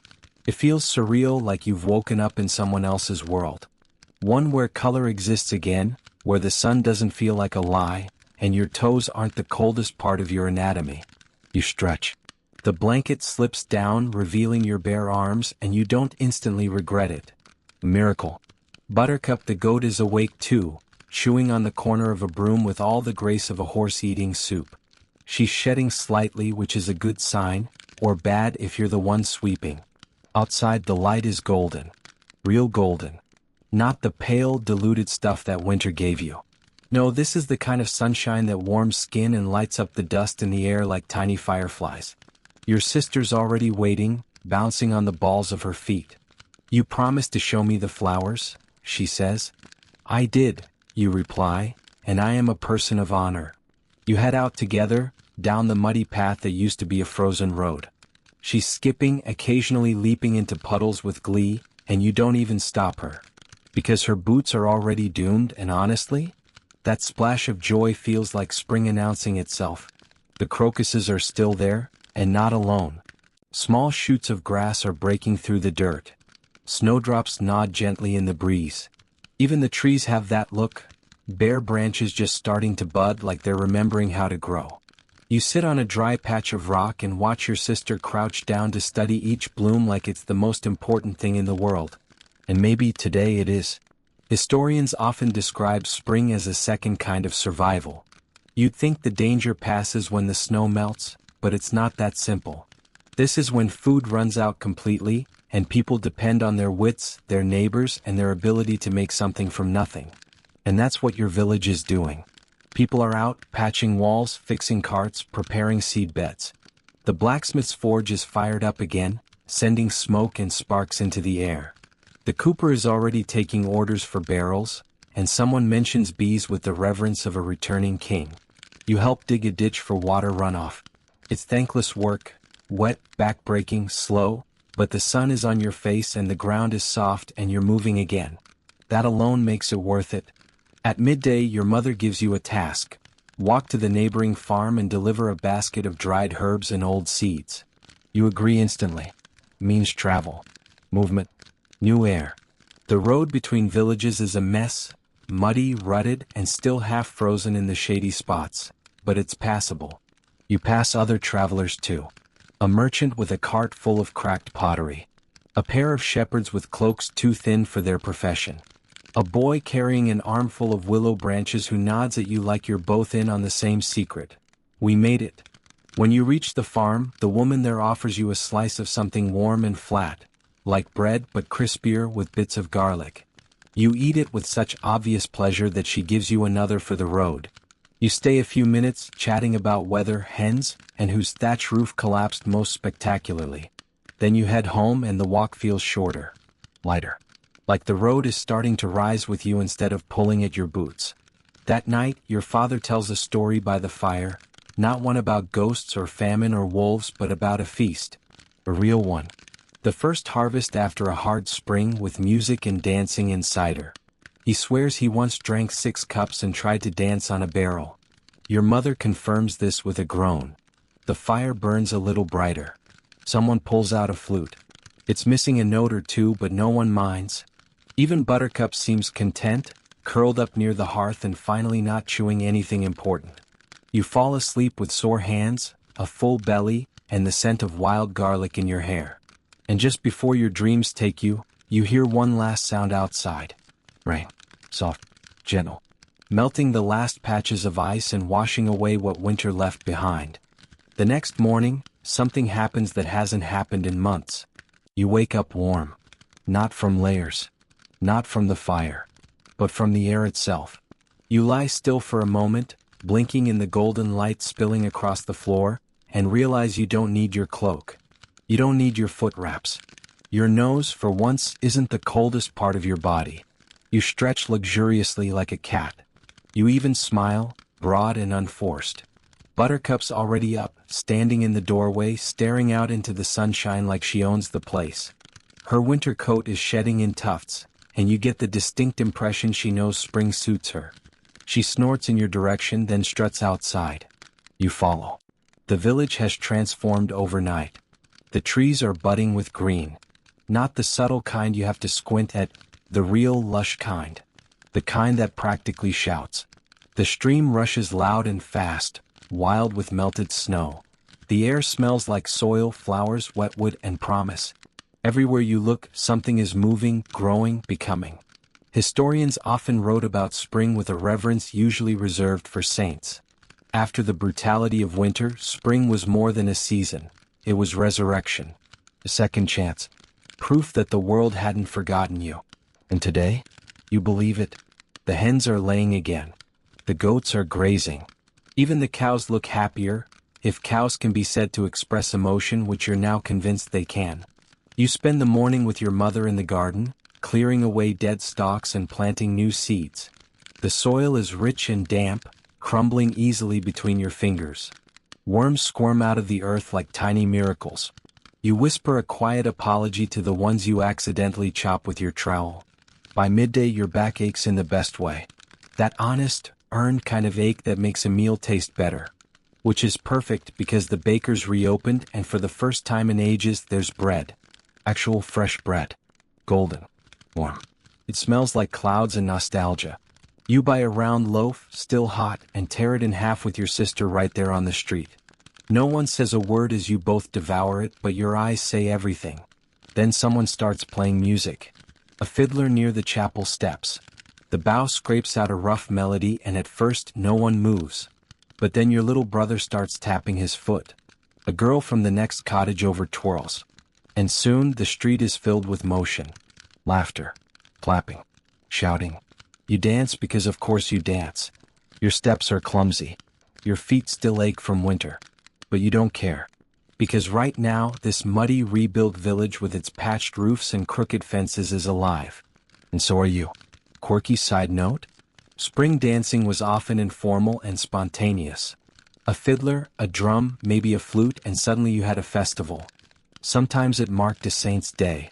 Sometimes it was just Tuesday. But it was joy. And joy in medieval winter was rare enough that when it came back, you grabbed it. As the sun dips low, you find yourself back on the stone near the edge of the woods where the crocuses first appeared. They're everywhere now, blanketing the field in purple and gold. Bees hum lazily between them. You sit and breathe. No frost. No coughing. No dread. You think about the long nights. The burning cold. The stew made of bones and hope. The cracked skin. The days without sun. The stories whispered near the fire. The goat that wouldn't stop chewing the furniture. The time you thought maybe, just maybe, you wouldn't make it. But you did. And now, you're stronger. Spring doesn't erase winter, but it answers it. With green. With laughter. With bread. That night, back by the fire, your family eats slowly. Comfortably. No rationing. No scraping. Just full bowls, full bellies, and the kind of silence that means contentment. As you drift off to sleep, you whisper a promise into the dark. I'll remember, even when summer comes, even when the cold feels far away. I'll remember, because forgetting would be the real loss. You wake to birds again, this time louder, chattier, like they've all returned from winter vacation and are catching up at once. It's a glorious sound, so bright and busy that it pulls you from sleep before the sun's fully climbed the sky. You don't mind. You sit up, stretch, and realize your blanket is half kicked off. A month ago that would have meant frostbite. Today, you just tug it back casually and smile. The air inside the house smells like ash and rosemary. The hearth still holds some warmth from the night fire, and the scent of baking clay lingers. Your mother's been testing new bowls in the oven, hopeful she can trade a few for seed potatoes when the next merchant passes through. Outside, the village is practically buzzing. People are clearing ditches, moving stones, shouting across fields. The old man who's always yelling at clouds is now yelling at a fence post that leaned too far in the thaw. He's in a better mood though. You can tell by the way he curses, it's more playful today. You're assigned to help prepare the fields near the edge of the woods. It's hard work, but somehow easier than anything you did in winter. The sun on your shoulders makes the effort feel like investment instead of punishment. Your cousin pulls a root from the soil that looks suspiciously like a tiny person. Everyone agrees it must be a lucky sign. You name it Gilbert and immediately forget about it, but the laughter it sparked carries through the rest of the afternoon. Historians often noted how important humor became in springtime. After the long silence of winter, any excuse to laugh, even at a misshapen turnip or someone slipping in the mud, became vital. Laughter wasn't frivolous, it was fuel. At midday you take your lunch beneath a budding tree. The bread is dense but fresh. The cheese is soft and sharp, and someone managed to find wild greens that don't taste entirely like dirt. Feels like a feast. You take your time eating it. No one rushes through food anymore. There's no need. The tree above you sways with the breeze, and a few petals from early blossoms fall onto your lap. You don't brush them off. You just watch. Later, you pass by the chapel where a group of women are hanging dyed cloths to dry. The colors are vivid, reds from beetroot, yellows from onion skins, blues from woad. They flap in the wind like the village is celebrating something. Maybe it is. Back home, your father surprises everyone. He pulls out his old flute. It's cracked, dusty, and only half in tune. But the moment he blows the first trembling note, the entire room stops. You all listen, then laugh because it sounds like a goose choking. Still he plays, and somehow the tune finds its legs. A lilting melody that feels like walking a sunlit path barefoot, or watching rain slide off a clean roof. Your sister hums along. Buttercup tries to eat the flute case. Life continues. Quirky detail? Music in spring wasn't just for dancing or prayer. It marked the shift in the soul of the community. After the stillness, the monotony, the silence of winter, even a cracked note felt like a declaration. We're still here. That night, the air is warmer inside than out. You leave the door ajar to let the wind sweep through and carry the smoke out. The fire doesn't need to blaze, it just crackles softly, a companion more than a lifeline now. You sit outside on a stool, staring at the stars. You haven't done this in months. The sky is clear. The moon is sharp and quiet. You recognize the constellations you used to trace with your finger as a child, before everything became about not freezing to death. And for the first time in a long time, you're not thinking about survival. You're thinking about planting, about building, about what comes next. You head to bed late, your skin still warm from the sun, your belly full, your ears still echoing with flute music. And you dream, not of snow or stew or smoke, but of green fields, of laughter, of rainbows over wet soil and hands deep in the earth. Because now, finally, it's spring, and everything is possible again. The first thunderstorm of the year arrives at dawn. Not the quiet kind that tiptoes in with a few polite rumbles and drizzles. No, this one kicks the door in. A crack of thunder shakes the roof like a warning from the gods, and you jolt awake with your heart pounding like someone just accused you of stealing bread. Rain pelts the thatch overhead in heavy sheets, and the whole cottage smells suddenly alive, wet wood, damp wool, and earth. It seeps into every corner, soaking the air as the fire sputters and protests. Your little brother shouts, "Is it the end of the world?" "No," your uncle groans from the other side of the room, "it's the beginning of spring." You huddle closer to the fire anyway, wrapping your cloak around you, grateful that the worst of the winter drafts have been patched. The thunder rumbles again, longer this time, like a drum roll for the season. Outside, the village is chaos. Chickens scatter, dogs bark, a loose bucket rolls down the street, and someone's laundry is now halfway to the forest. You spot Buttercup standing defiantly in the rain, chewing on someone's sock like she's daring the storm to stop her. You sigh, pull on your boots, and dash outside to rescue the laundry. The mud is ankle deep, and each step makes a sound like a wet boot kissing its own doom. You slip once, catch yourself on a fence post, and grab a blanket off the hedge where it somehow landed. A nearby toddler points and laughs. You bow dramatically. Historians often wrote about spring rains as both blessing and burden. They turned the fields fertile, but they also turned villages into swamps, roads into rivers, and everything into a mess. Still, most folks welcomed it. Rain meant life was returning, even if it ruined your best wool tunic in the process. Back inside, you hang the dripping cloths by the hearth, add more kindling, and try to ignore the scent of damp everything. The storm settles into a rhythm, less tantrum, more lullaby, and by midday, it's become a steady drizzle. Perfect planting weather. You join a work crew in the field. You expect groaning, complaints, mud-soaked misery. Instead, you find singing. One of the older women is leading a planting chant, half prayer, half melody, as she drops seeds into the furrows. The others join in, some off-key, some just humming, but all with purpose. Your hands are wet, your back aches, and your knees are covered in sludge, but for the first time this feels like real work. Not survival. Not repair. But growth. The rain softens as the afternoon drags on, and by the time you finish, the clouds begin to part. A sliver of blue sky peeks through, and a rainbow arcs faintly over the hills. You nudge your sister, point upward. She gasps. "It's real." "It's just light and water," you say. "It's magic," she insists. You both agree. Quirky fact: rainbows were often viewed with superstition in medieval times. Some saw them as signs of divine favor, others as portals to fairy lands or warnings from nature spirits. Most, however, simply stared in wonder, like you're doing now. Dinner is simple. Onions, wild greens, and a crust of yesterday's bread, toasted slightly over the fire. You scrape the pot clean and wish there were more, but your stomach's satisfied. The ache of hunger has been replaced with the ache of effort, and that's a much better ache. After the meal, your father tells you to oil your boots. You nearly laugh. "Why?" you ask. "They're already soaked." "To keep them from falling apart," he says. "The next storm won't wait for you to be ready." You nod, accepting the wisdom.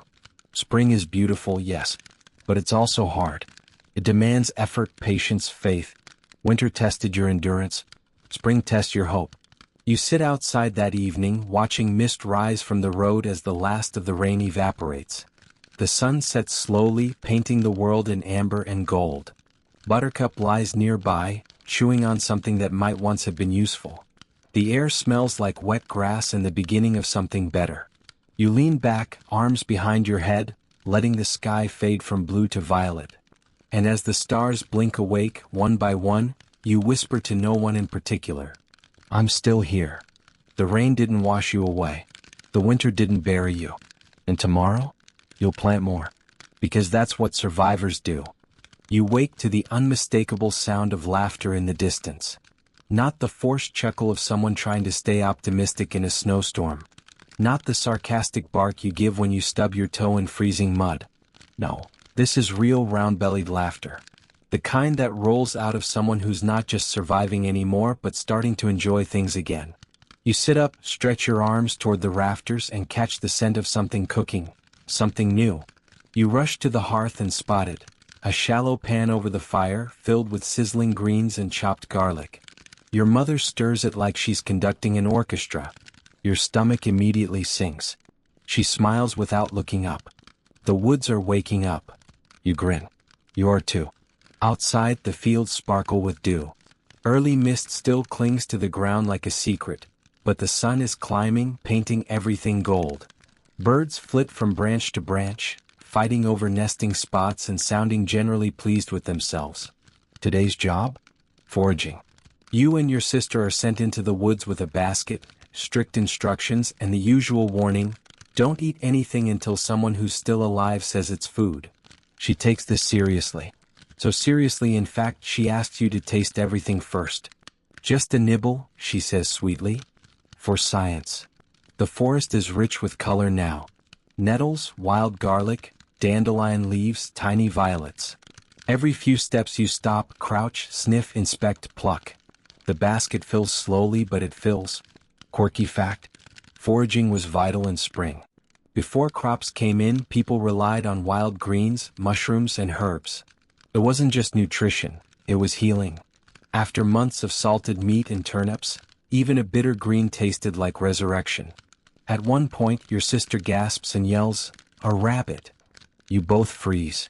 Sure enough, a small brown rabbit sits nearby, chewing on a leaf, unconcerned by your presence. You lock eyes for a moment. It twitches its nose. You twitch yours back. Then it hops off into the underbrush, clearly unimpressed. You both erupt into giggles. By noon, the basket is nearly full, and you head back home with muddy boots, scratched hands, and proud hearts.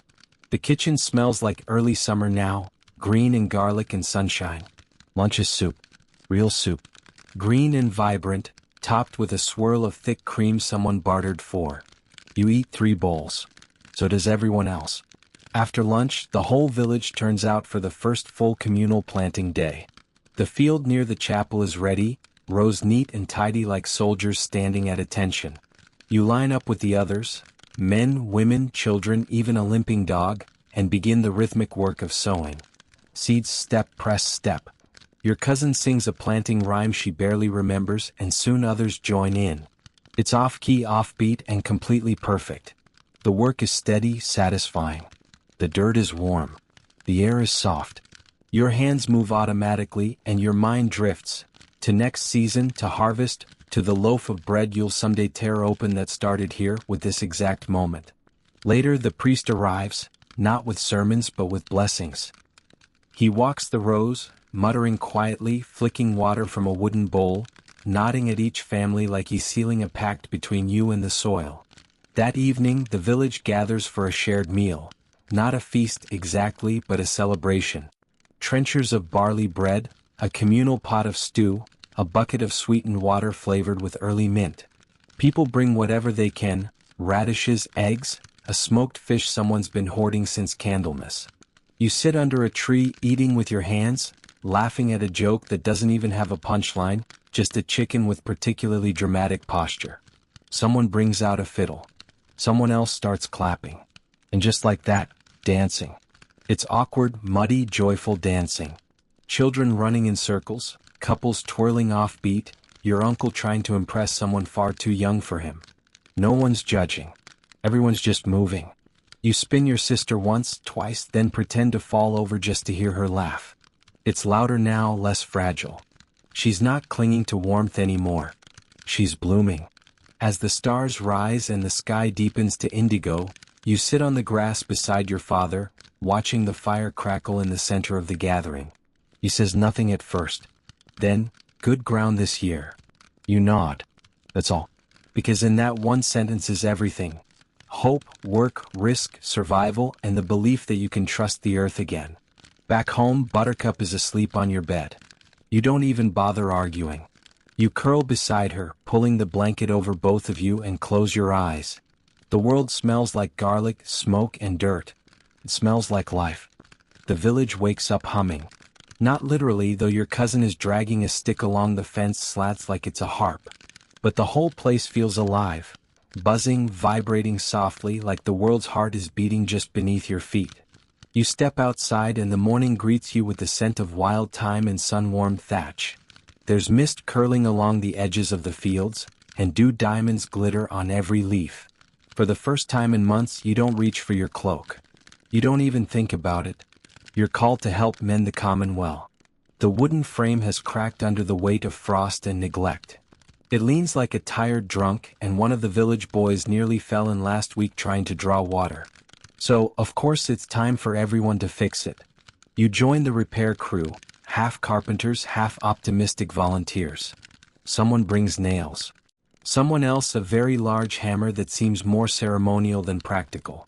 You contribute rope, muscle, and the ability to hold things while other people argue. Does it lean north or south? It leans wrong, that's what it does. We should ask the priest. It's a well, not a demon. Quirky tidbit? In some medieval villages, wells were thought to have spirits, either benevolent or mischievous. People would leave offerings at the rim, whisper blessings before lowering the bucket, or blame them for spoiled water. Some wells even had names. Yours doesn't. But by the time the frame is straight and the rope swings smooth again, someone's painted a smiley face on the bucket and named it Gertrude. She'll be the village gossip within a week. The sun rises higher, warming your neck as you work. You pause for water, drawn fresh from Gertrude, and it tastes like stone and spring. The whole village feels like it's exhaling.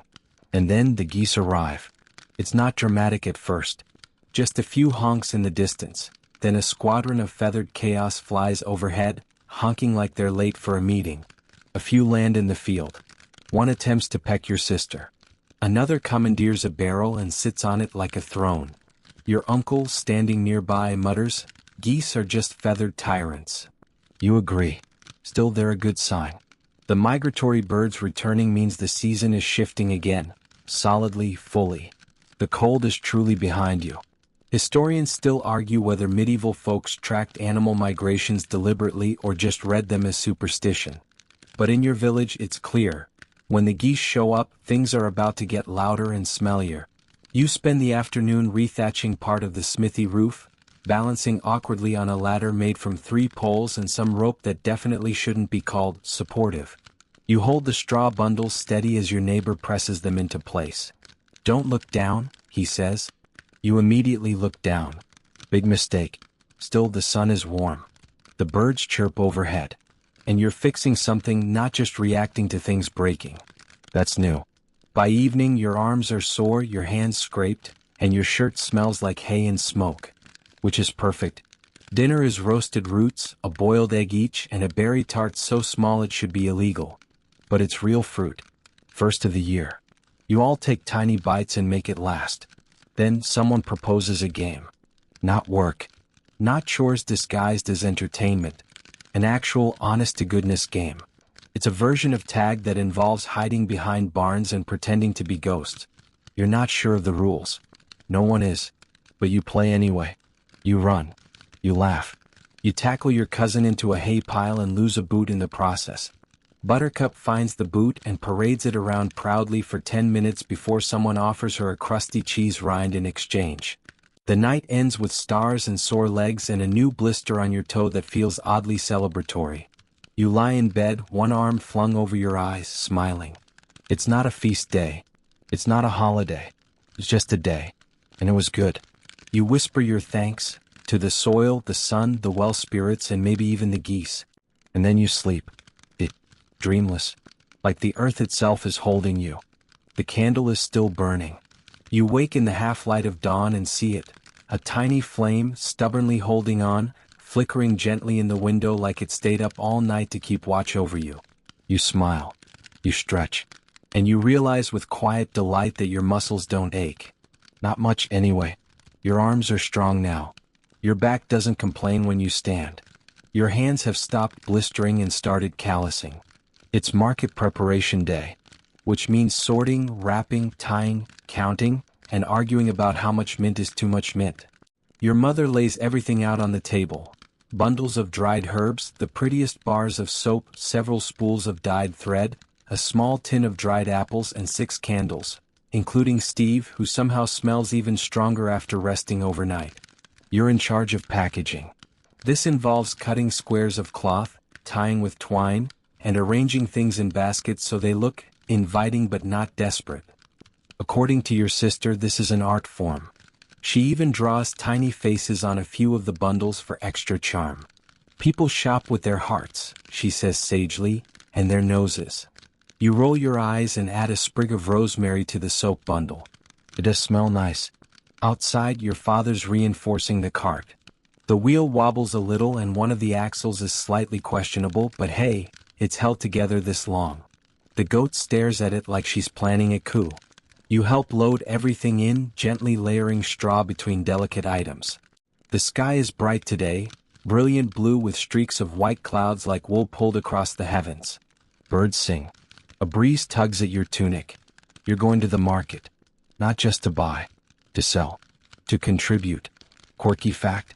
For many medieval villagers, the market was more than commerce. It was theater, politics, dating app, and social network all rolled into one. You went to see what people were wearing, selling, gossiping about, and eating. Sometimes you returned with nothing but a story, and that was enough. As you double-check the baskets, your sister comes bounding out with a clay jar. What's that? Jam? Since when do we have jam? She grins. Since I found the blackberry stash behind the chapel. You give her a skeptical look, but the jam smells divine. You pack it. The road to market is just a dirt path, worn down by years of wheels, hooves, and boots. You and your father take turns leading the cart, while your mother walks ahead with your sister and Buttercup, who is inexplicably wearing a flower crown again.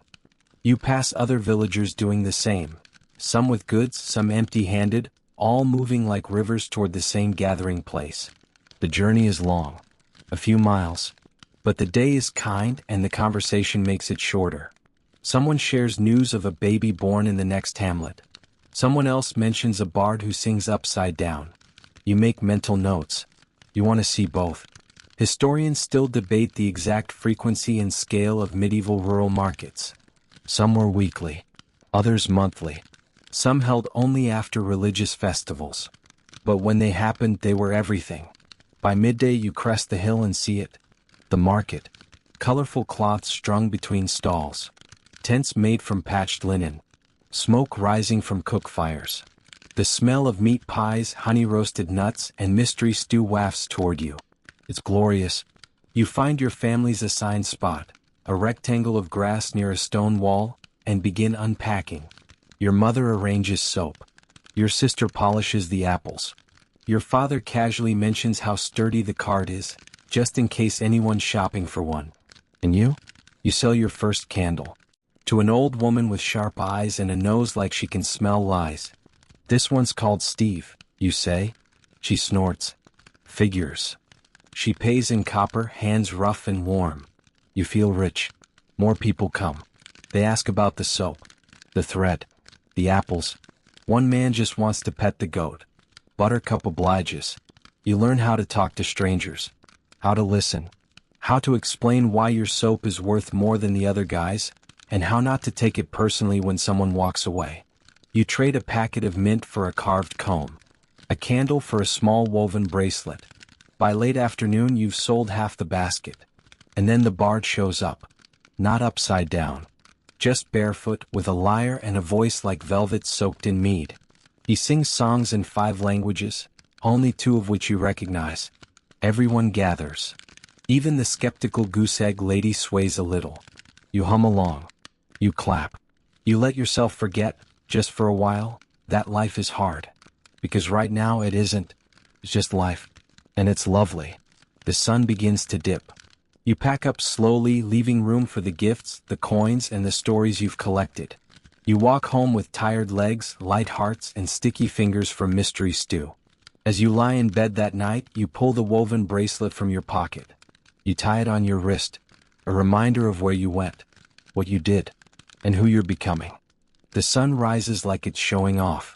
A full-on, dramatic, no-apology sunrise, fiery orange melting into pink, splashed across the clouds like someone spilled joy all over the sky.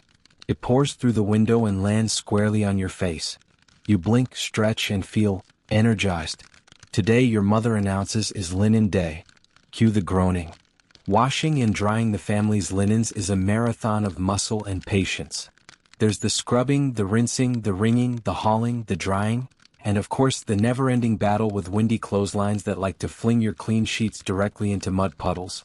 But linen day also smells amazing. Soap, grass, water, sunlight. It's a symphony of cleanliness. You help carry bundles to the stream where large stones have been set up as wash surfaces. The water is icy even in spring, but your hands adjust quickly. You dunk a sheet, drape it over the rock, and begin scrubbing with a rhythm you barely realize you remember. Your sister sings while she works. Something about a fox in a bonnet. You don't ask. Your mother adds wood ash to a pot, stirs, and pours the solution over the toughest spots. The scent of ash lye mingles with wild mint growing near the bank. You inhale deeply. It's not nice exactly, but it's real. Historians note that medieval washing days were social occasions, especially for women. People shared gossip, recipes, even matchmaking schemes while elbow-deep in water. In fact, wash gossip was a whole genre of rumor. As you rinse a pillowcase, you overhear your mother muttering about the neighbor's cousin's daughter and a suspicious number of goats. You wisely don't interrupt. After rinsing comes the wringing, arguably the worst part. Linen holds water like it's auditioning for a lake. You twist, squeeze, twist again until your arms feel like boiled noodles. Then comes the climb back up the hill with dripping cloth over your shoulders. You string lines between trees, bushes, fence posts, anywhere the sun touches. Your sister insists the clothespins are alive, and names each one after famous chickens. Stevepin, Cluckleton. You accept this as normal. As the linen flaps in the breeze, the whole village looks a little cleaner. Lines of fabric flutter like flags of resilience, proof that the household lives, works, endures. Quirky detail? Some medieval towns actually regulated how and where people could dry their laundry. In one infamous case, a dispute over a drying line led to a 12-year feud involving two bakeries and one very stubborn goose. After lunch, bread and cheese, simple but satisfying, you check the lines again. Everything is drying well. The wind is doing its job. Even the pillowcases look smug. You and your sister collapse under a tree watching clouds. She points out shapes: sheep, sword, a dragon with sunglasses. You see a turnip that's questioning its life choices. The air is warm. Birds chirp. Buttercup sniffs a towel like it's personally offended. You rest. And in that stillness, you hear something you haven't heard in months. Bees. You sit up. Sure enough, they're buzzing in the garden, bobbing between flowers, tiny wings shimmering like gold in the light. The bees are back. And that means one thing: honey season is near. You help your father check the hives. Careful, respectful, quiet. The bees work with an intensity you recognize. They've survived the cold too. Now they're rebuilding one cell at a time. Historians still argue how much medieval peasants truly understood about bees. Some records suggest beekeepers whispered secrets to their hives. Others swore that telling the bees about a death in the family was essential, or they'd abandon you. You whisper a joke to them anyway, just in case. Evening arrives gently. The linens come off the lines, dry, crisp, sun-sweetened. You fold them with your mother while your sister tries to make a hat from a pillowcase. It works better than expected. You don't tell her that. Back inside, everything smells new. The beds, the curtains, the towels, each item feels like a quiet miracle. You change your bedding and run your hands across the fabric. Cool, clean, soft. You lie down and feel like royalty. Dinner is quiet. Root vegetable stew flavored with fresh herbs. Your father tells a story about a man who tried to wash his cow. Your mother pretends she's never heard it. Your sister reenacts the cow. You laugh more than you chew. Later, you light one of your handmade candles and place it beside your bed. It glows steadily, softly. The flame flickers, casting dancing shadows on the fresh white linen. You think of bees, soap, clouds shaped like dragons, and the sound of water on stone. And you sleep deeply, wrapped in clean sheets and quiet pride. Because today wasn't exciting. It was just good. And sometimes good is more than enough. Rain taps gently on the roof, like fingers drumming a lullaby. You wake slowly, listening to the rhythm above you, the occasional creak of the timbers, and the soft breathing of your sister in the next bed. It's a gray morning, the kind that feels like it arrived wearing wool and whispering shoo. You rise carefully, wrap a shawl around your shoulders, and peek outside. The whole world looks washed. Trees drip, soil glistens, the air smells of wet bark and promises. Today is not a work day. It's a waiting day. You know this rhythm. The rain slows things down. No hay to gather, no lines to hang, no hauling of firewood. It's a day for the indoors, for the quiet things, for the mind. Your mother sets out the family's box of parchments. Well, parchments is a generous word. Most are scraps. A few pages from borrowed prayer books, some copied recipes, one letter from an uncle you're 80% sure never existed. And then, of course, the book. It's a slim, leather-bound volume, water-stained and lovingly repaired with bits of thread. No one knows where it came from. It contains a little Latin, a little poetry, a lot of margin doodles. You've read it dozens of times. You read it again anyway. Your sister sits nearby carving a turnip into something that's either a goat or a very judgmental egg. Your father is untangling fishing line. Your mother hums as she spins wool, rhythmic, soft, steady. The candle burns. The rain keeps singing. Historians often argue whether medieval peasants were illiterate. But the truth is, many could read a little. Especially church texts, calendars, familiar prayers.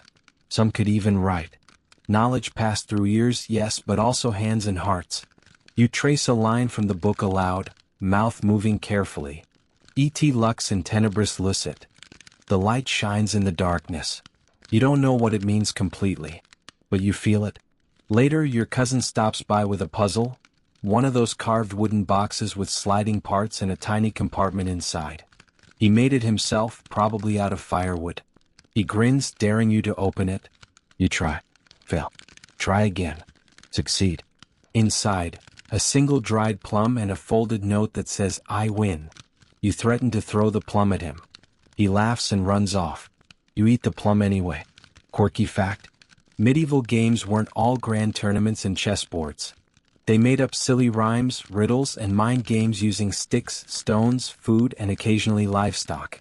One documented pastime involved seeing who could balance a spoon on a sleeping pig's back.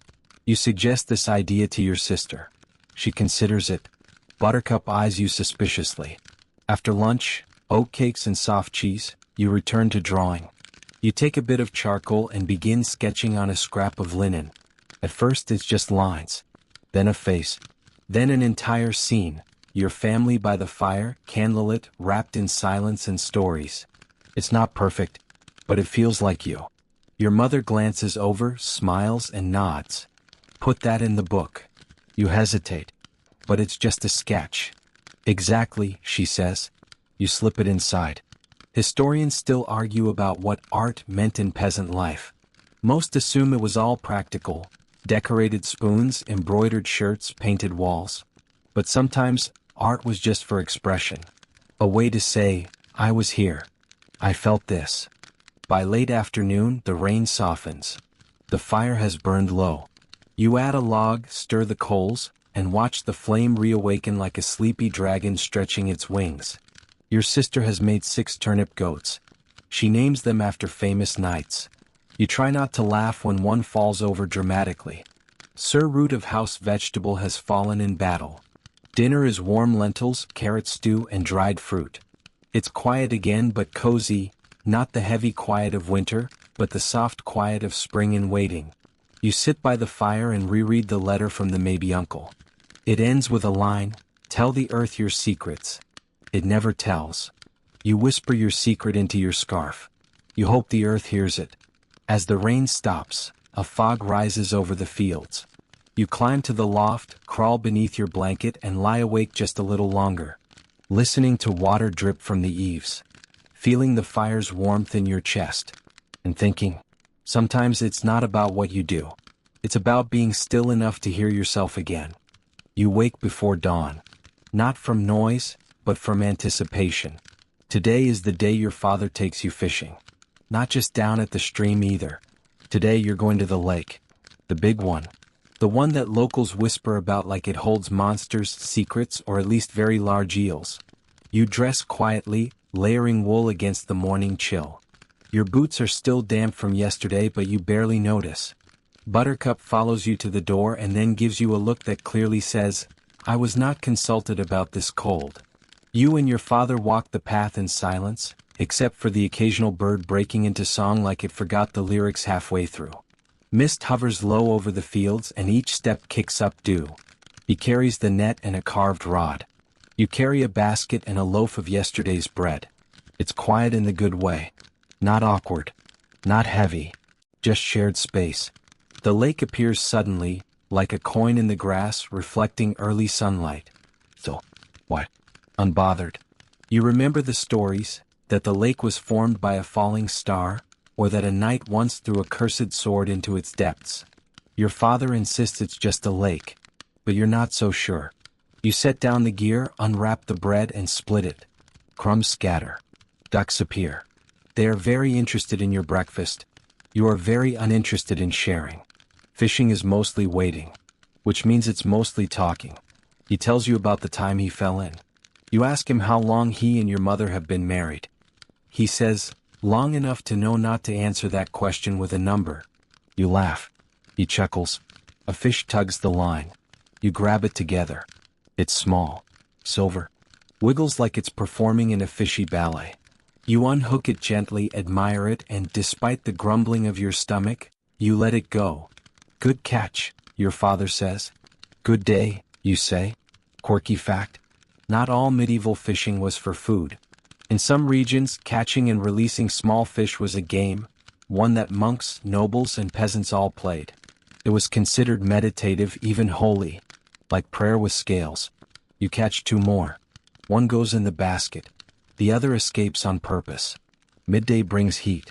You shed your outer layer and dip your feet in the lake. Cold. Glorious. You dare your father to do it. He does. He regrets it. He does it again. Historians still argue how often peasants got time for leisure. Was fishing for fun a luxury? Or just a quiet necessity? A way to breathe in a life that rarely paused? Today you're sure it's the latter. Back home the village is awake. The forge rings. The chickens squawk. Someone's singing off-key about a miller and a goat. It's good to be part of something so alive. You clean the fish outside, careful and slow. Your sister appears with herbs and unsolicited commentary. That one's looking at me. It's dead. It still knows. You roast it over a small fire. Crisp skin, flaky inside. It tastes like achievement, and also a little like lake weed, but you don't mention that. Dinner is a bit more formal.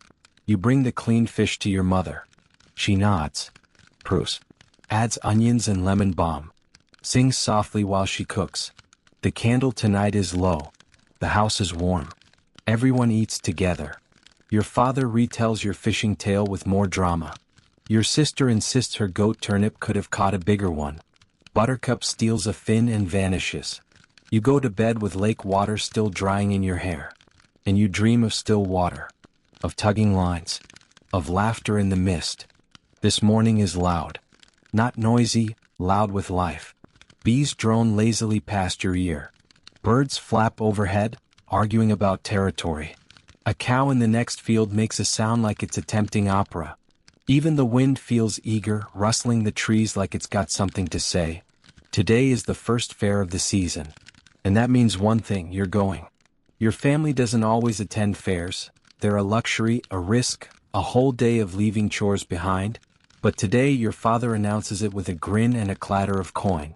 Your mother packs bread, dried apples, and a round of cheese wrapped in cloth. Your sister puts on her fancy tunic, which is mostly just her usual one but inside out for luck. You carry your own satchel with a few coins and a pebble that looks suspiciously like a turtle. It has no real use but it feels right. The walk to the fairground takes most of the morning. The road is crowded with others heading the same way, merchants with carts, families with baskets, and one man on stilts who waves dramatically every time someone looks at him. When you reach the clearing, your breath catches. It's a riot of color. Tents ripple in the breeze like sails. Banners flap. Stalls brim with goods, candles, cloth, carved trinkets, honey cakes, ribbons, tools, and a particularly ominous-looking turnip carved into a face. There's music from 3 directions. A boy juggles onions. A woman paints faces. A pig wears a hat. You love it already. Historians often note how important seasonal fairs were in medieval life, not just for trade but for connection. People met future spouses here. Swapped news. Settled debts. Some even made peace with old feuds. All under a canopy of noise and wonder. You start with the food. You buy a tiny pie, still warm, filled with sweet spiced fruit. You burn your tongue and regret nothing. Your sister wins a wooden whistle by correctly guessing the number of beans in a jar. You try to. You guess fish. You do not win. Then you stumble upon the puppet show. It's in a rough booth made of linen and laughter. 2 puppets argue about taxes, bread, and whether one of them is secretly a goose in disguise. The children around you cackle. You do too. It's absurd and perfect. Quirky fact: medieval puppet shows were wildly popular across Europe, often used to mock nobility, tell moral tales, or sneak in subtle political commentary, disguised under slapstick and wooden heads. They were the medieval version of stand-up satire. Later you find the fortune tete. Different from yesterday's palm reader. This one is run by a woman with more rings than fingers and a voice like honey over gravel. She asks for a copper. You give her a button and a smile. She accepts. She tells you your future holds mud, laughter, a duck, and something made of stars. You nod solemnly. You have no idea what it means. You love it. As the sun sinks lower, the music gets wilder. Dancing begins. Nothing elegant, just clapping, stomping, twirling joy. You join without thinking. Your feet move before your mind can object. Your sister spins like a leaf in a storm. Your father even shuffles a bit, despite his usual protests. The fair winds down slowly. Lanterns are lit. Merchants pack up. The pig in the hat is carried away like royalty. You begin the walk home, tired in your bones but buzzing in your chest. Your satchel holds 1 ribbon, a tiny clay frog, half a honey cake, and the pebble.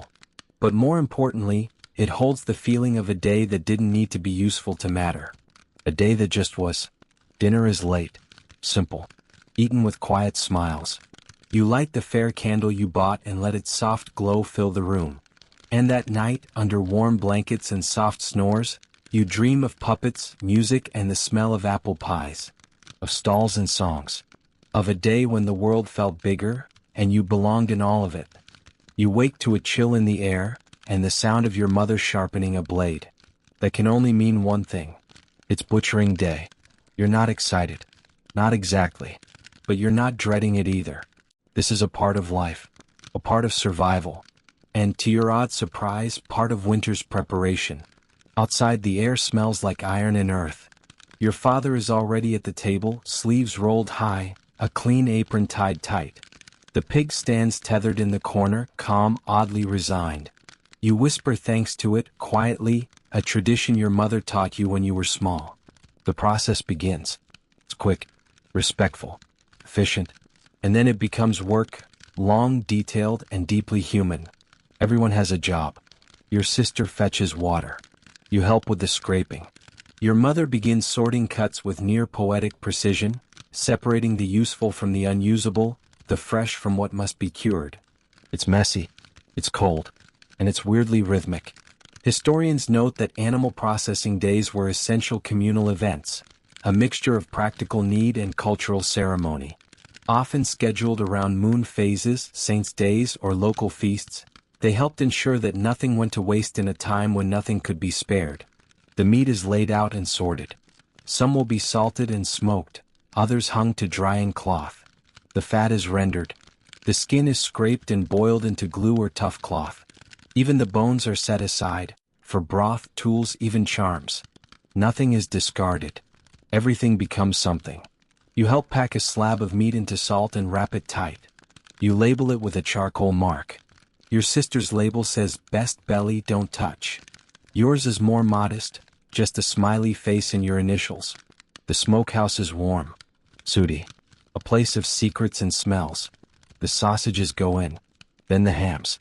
Your mother adds herbs, juniper, rosemary, garlic, and you already imagine the flavor months from now. Quirky fact: some medieval households used music or chanting during butchering and preservation, partly to keep rhythm, partly to honor the spirit of the animal. In parts of France, children were even told fairy tales during these days to keep their hands busy and minds elsewhere.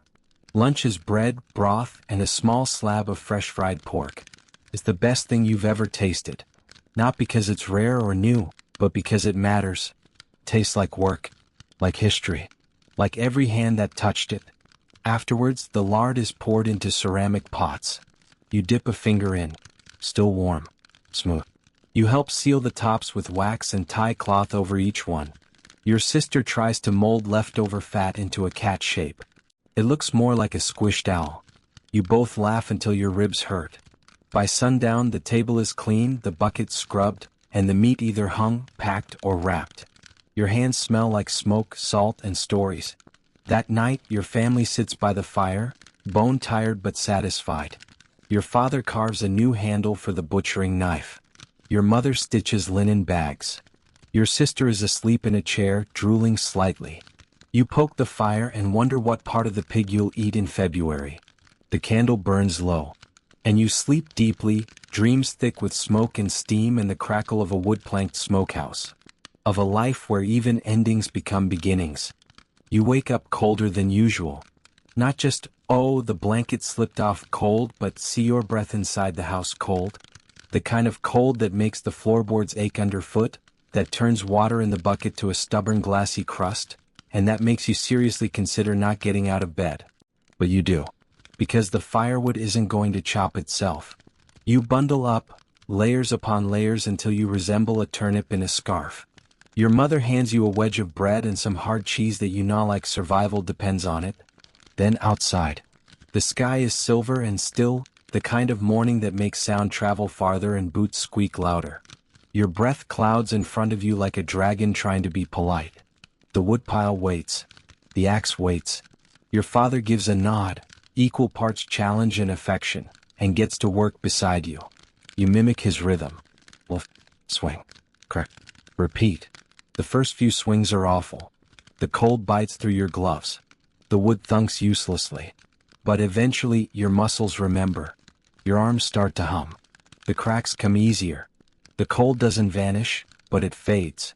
Historians often highlight the centrality of firewood in medieval life. More than a resource, it was life itself, for cooking, heating, warding off illness. A winter without enough wood wasn't just unpleasant, it was dangerous. Many villages measured wealth by how full your woodpile was come November. You and your father fall into a rhythm. He chops the thick logs. You split the smaller ones. Your sister eventually shows up and starts stacking, though mostly she critiques your technique. You retaliate by pelting her with a snowball. She pelts back. Suddenly it's war. Your mother calls out, "No snow in the firewood." You aim higher next time. By midday the pile is neat, the axe is leaning, and you feel like you've wrestled a forest and won. You take a break by the hearth. Warm cider.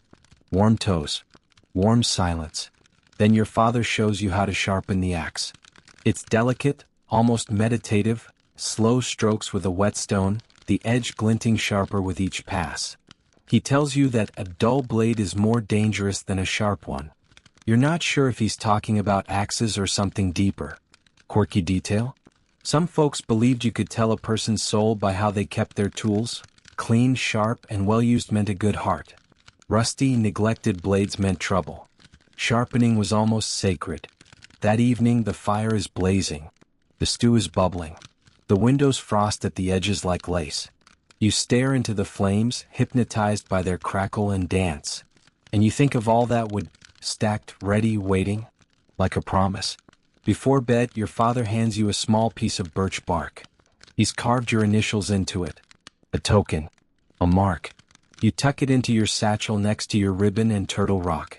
The candle tonight is dipped in spruce resin, earthy, rich, a little sharp. You blow it out with a sigh. And sleep finds you fast, full of strength and smoke and the quiet satisfaction of a day spent carving warmth out of cold. You wake to creaking wood and muffled voices outside. The sun's just starting to reach over the treetops, throwing pale gold through the window. You sit up slowly, blanket wrapped around your shoulders, and listen. That's the sound of a traveling merchant's cart. And just like that, your whole day changes. You scramble into your clothes, grab your pouch of saved coins, 3 bent coppers and 1 lucky bead, and race outside. Sure enough, a wagon's rattling into the village square. Painted wood, patched canopy, and a horse that looks like it could use a vacation.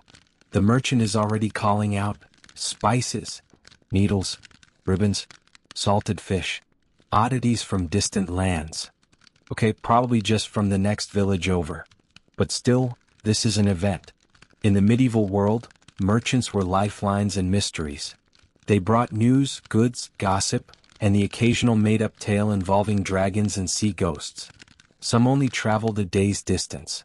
Others claim to have seen cities made of gold and giants who weep wine. Historians still debate how much of their stock was actually valuable and how much was clever marketing.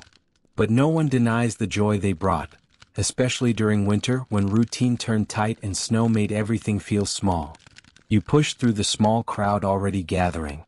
The merchant is a wiry man with more rings than fingers and a smile full of teeth that probably came from different people. His cart is a marvel.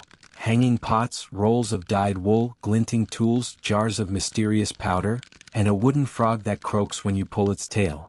You want that frog more than you've wanted air. Your sister elbows you aside, eyeing a comb carved from bone. Your father points at a scythe blade and mutters about next spring.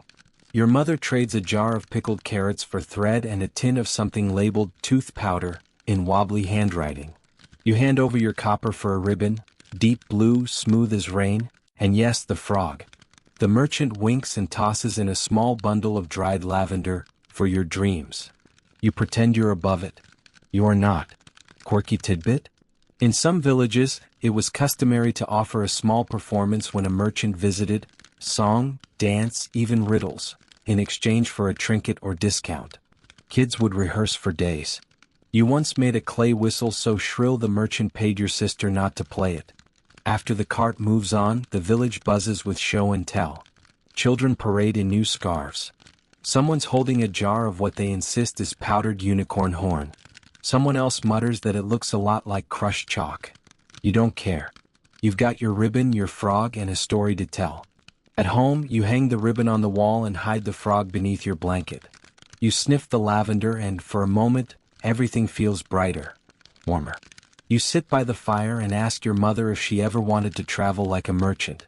She smiles and says she prefers a home that doesn't move.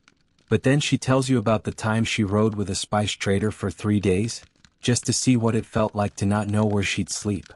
You tuck that story away. Maybe one day you'll have your own. That night, you fall asleep holding your frog and dreaming of carts full of impossible things, of strangers with toothy grins, and of ribbons the color of thunderclouds just before rain. You wake to nothing. No fire to tend. No bread to bake. No snow to shovel. Just a rare, delicious stillness. The kind that settles in after a storm or between festival days, when even the sky seems to say, just rest. Your family feels it too. Your mother pours tea instead of boiling porridge. Your father sharpens a single tool and calls it a day. Your sister is sprawled by the fire with a book she can barely read but pretends to understand anyway. And you? You decide to wander. Not far, just through the woods behind the house, where the trees wear their winter coats and the ground crunches with a thin skin of frost. Your breath follows you in little puffs, like a ghost too lazy to haunt. There's no real destination, just curiosity. And that, it turns out, is more than enough. You find a frozen stream. A trail of rabbit prints. A fallen tree that looks suspiciously like a sleeping bear. It isn't, but you keep your distance just in case. Historians note that in medieval life, wandering was both frowned upon and secretly treasured. Peasants were expected to stay busy, idle hands and all that, but even monks wrote about the joy of solitude, of walking for the soul to unfold. You sit on a rock warmed faintly by the low sun and unwrap the bit of bread you packed. It's hard, but it's quiet. And right now that's all you want. Then the smallest sound, a rustle. You turn, heart tapping at your ribs, but it's only a deer. Or rather, a group of them, stepping silent and sure across the snowy underbrush. They pause, watch you, then vanish into the trees like they were never there. You smile. No one will believe you. And that's okay. Quirky fact. In some villages, sightings of wild animals in winter were seen as omens. A fox meant betrayal. A hare meant fertility. Deer? Peace? Or, depending on the village elder, a reminder that you're not as important as you think. You walk back slower, softer, like you don't want to wake the trees. At home, your sister offers you half a dried plum in exchange for any secrets the forest told you.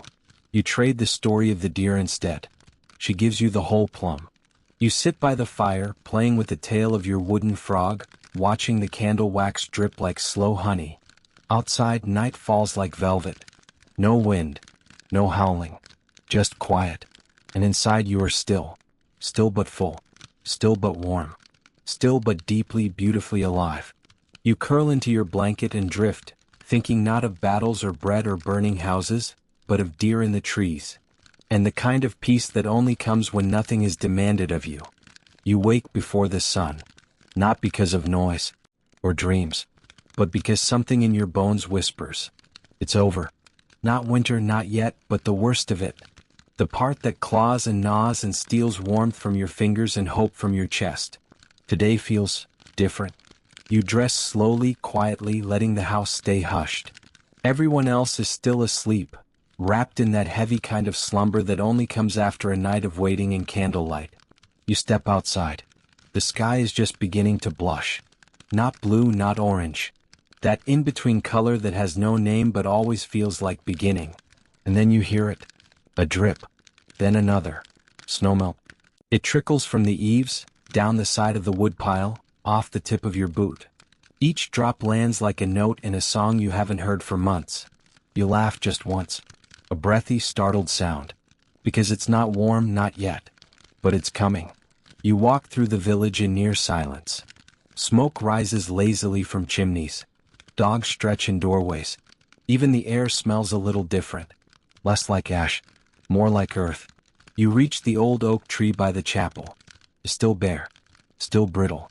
But if you press your fingers to the bark and close your eyes, you'd swear you can feel it stirring. The priest is leaving today. He's packing slowly, not because he's old or tired, but because he knows. Once he's gone, the village will slip back into waiting mode again. But less tense now, less tight. You help him tie the saddle on his poor, long-suffering donkey. He thanks you, presses something into your hand. It's your wooden frog. He smiles. He's been asking for you. You grin. Then walk home slower now. Inside, your family is waking. Your sister yawns so wide you're afraid she'll dislocate something. Your mother is stoking the fire. Your father's already muttering about the roof repairs come spring. Normal. Wonderful. You sit at the table. Tear off a hunk of bread. It's stale a little, but it tastes like everything you've survived. The sickness, the hunger, the fire, the silence. And through it all, you kept waking up. Historians may debate what defined the medieval winter. Was it hardship? Was it faith? Was it just survival? But you know the truth now. It was people, holding each other, telling stories, sharing stew, waiting for sunlight together, and somehow always waking up the next day to do it all again. Quirky fact. In some regions they carved little wooden tokens on the final night of winter, small symbols of luck or memory, and tucked them into the beams of their homes where no one could see but they'd always be held. You take a candle stub from last night, scratch your initials into the wax with a nail. You hide it under the hearthstone, just in case, because winter will come again, but so will you. again, and again. And next time you'll remember this one. All of it, especially the frogs. And now, as the village fades into shadow and the fire sinks low into embers, you lie in your straw-stuffed mattress, warmer than you've felt in weeks. The sounds of the house are gentle tonight. Your sister's soft breathing from the next bed, the fire creaking as it curls into itself, and outside, a hush that belongs only to the end of winter. There's no rush now. No frost at the windows. No hunger gnawing at your belly. Just stillness. The kind that comes after the storm when all that's left is to rest. You think of deer in the woods. Of a sled ride that bruised your tail but healed your spirit. Of a priest who snores like a bear but tells stories like a saint. Of fire and snow and soup. You don't remember every moment, but you remember how it felt. How you laughed. How you cried. How you survived. And you remember waking up. Even when you didn't want to. Even when it hurt. You woke. And that, more than anything, is what mattered. Outside, spring stirs. Not loudly. Not yet. But it's there. Waiting. Just like you. So close your eyes now. Let the night settle around you like a blanket. Let your breath grow deep, slow, safe. And sleep, knowing that even the longest winter eventually yields. Not because we fight it, but because we endure. Good night, traveler. You made it. You always will.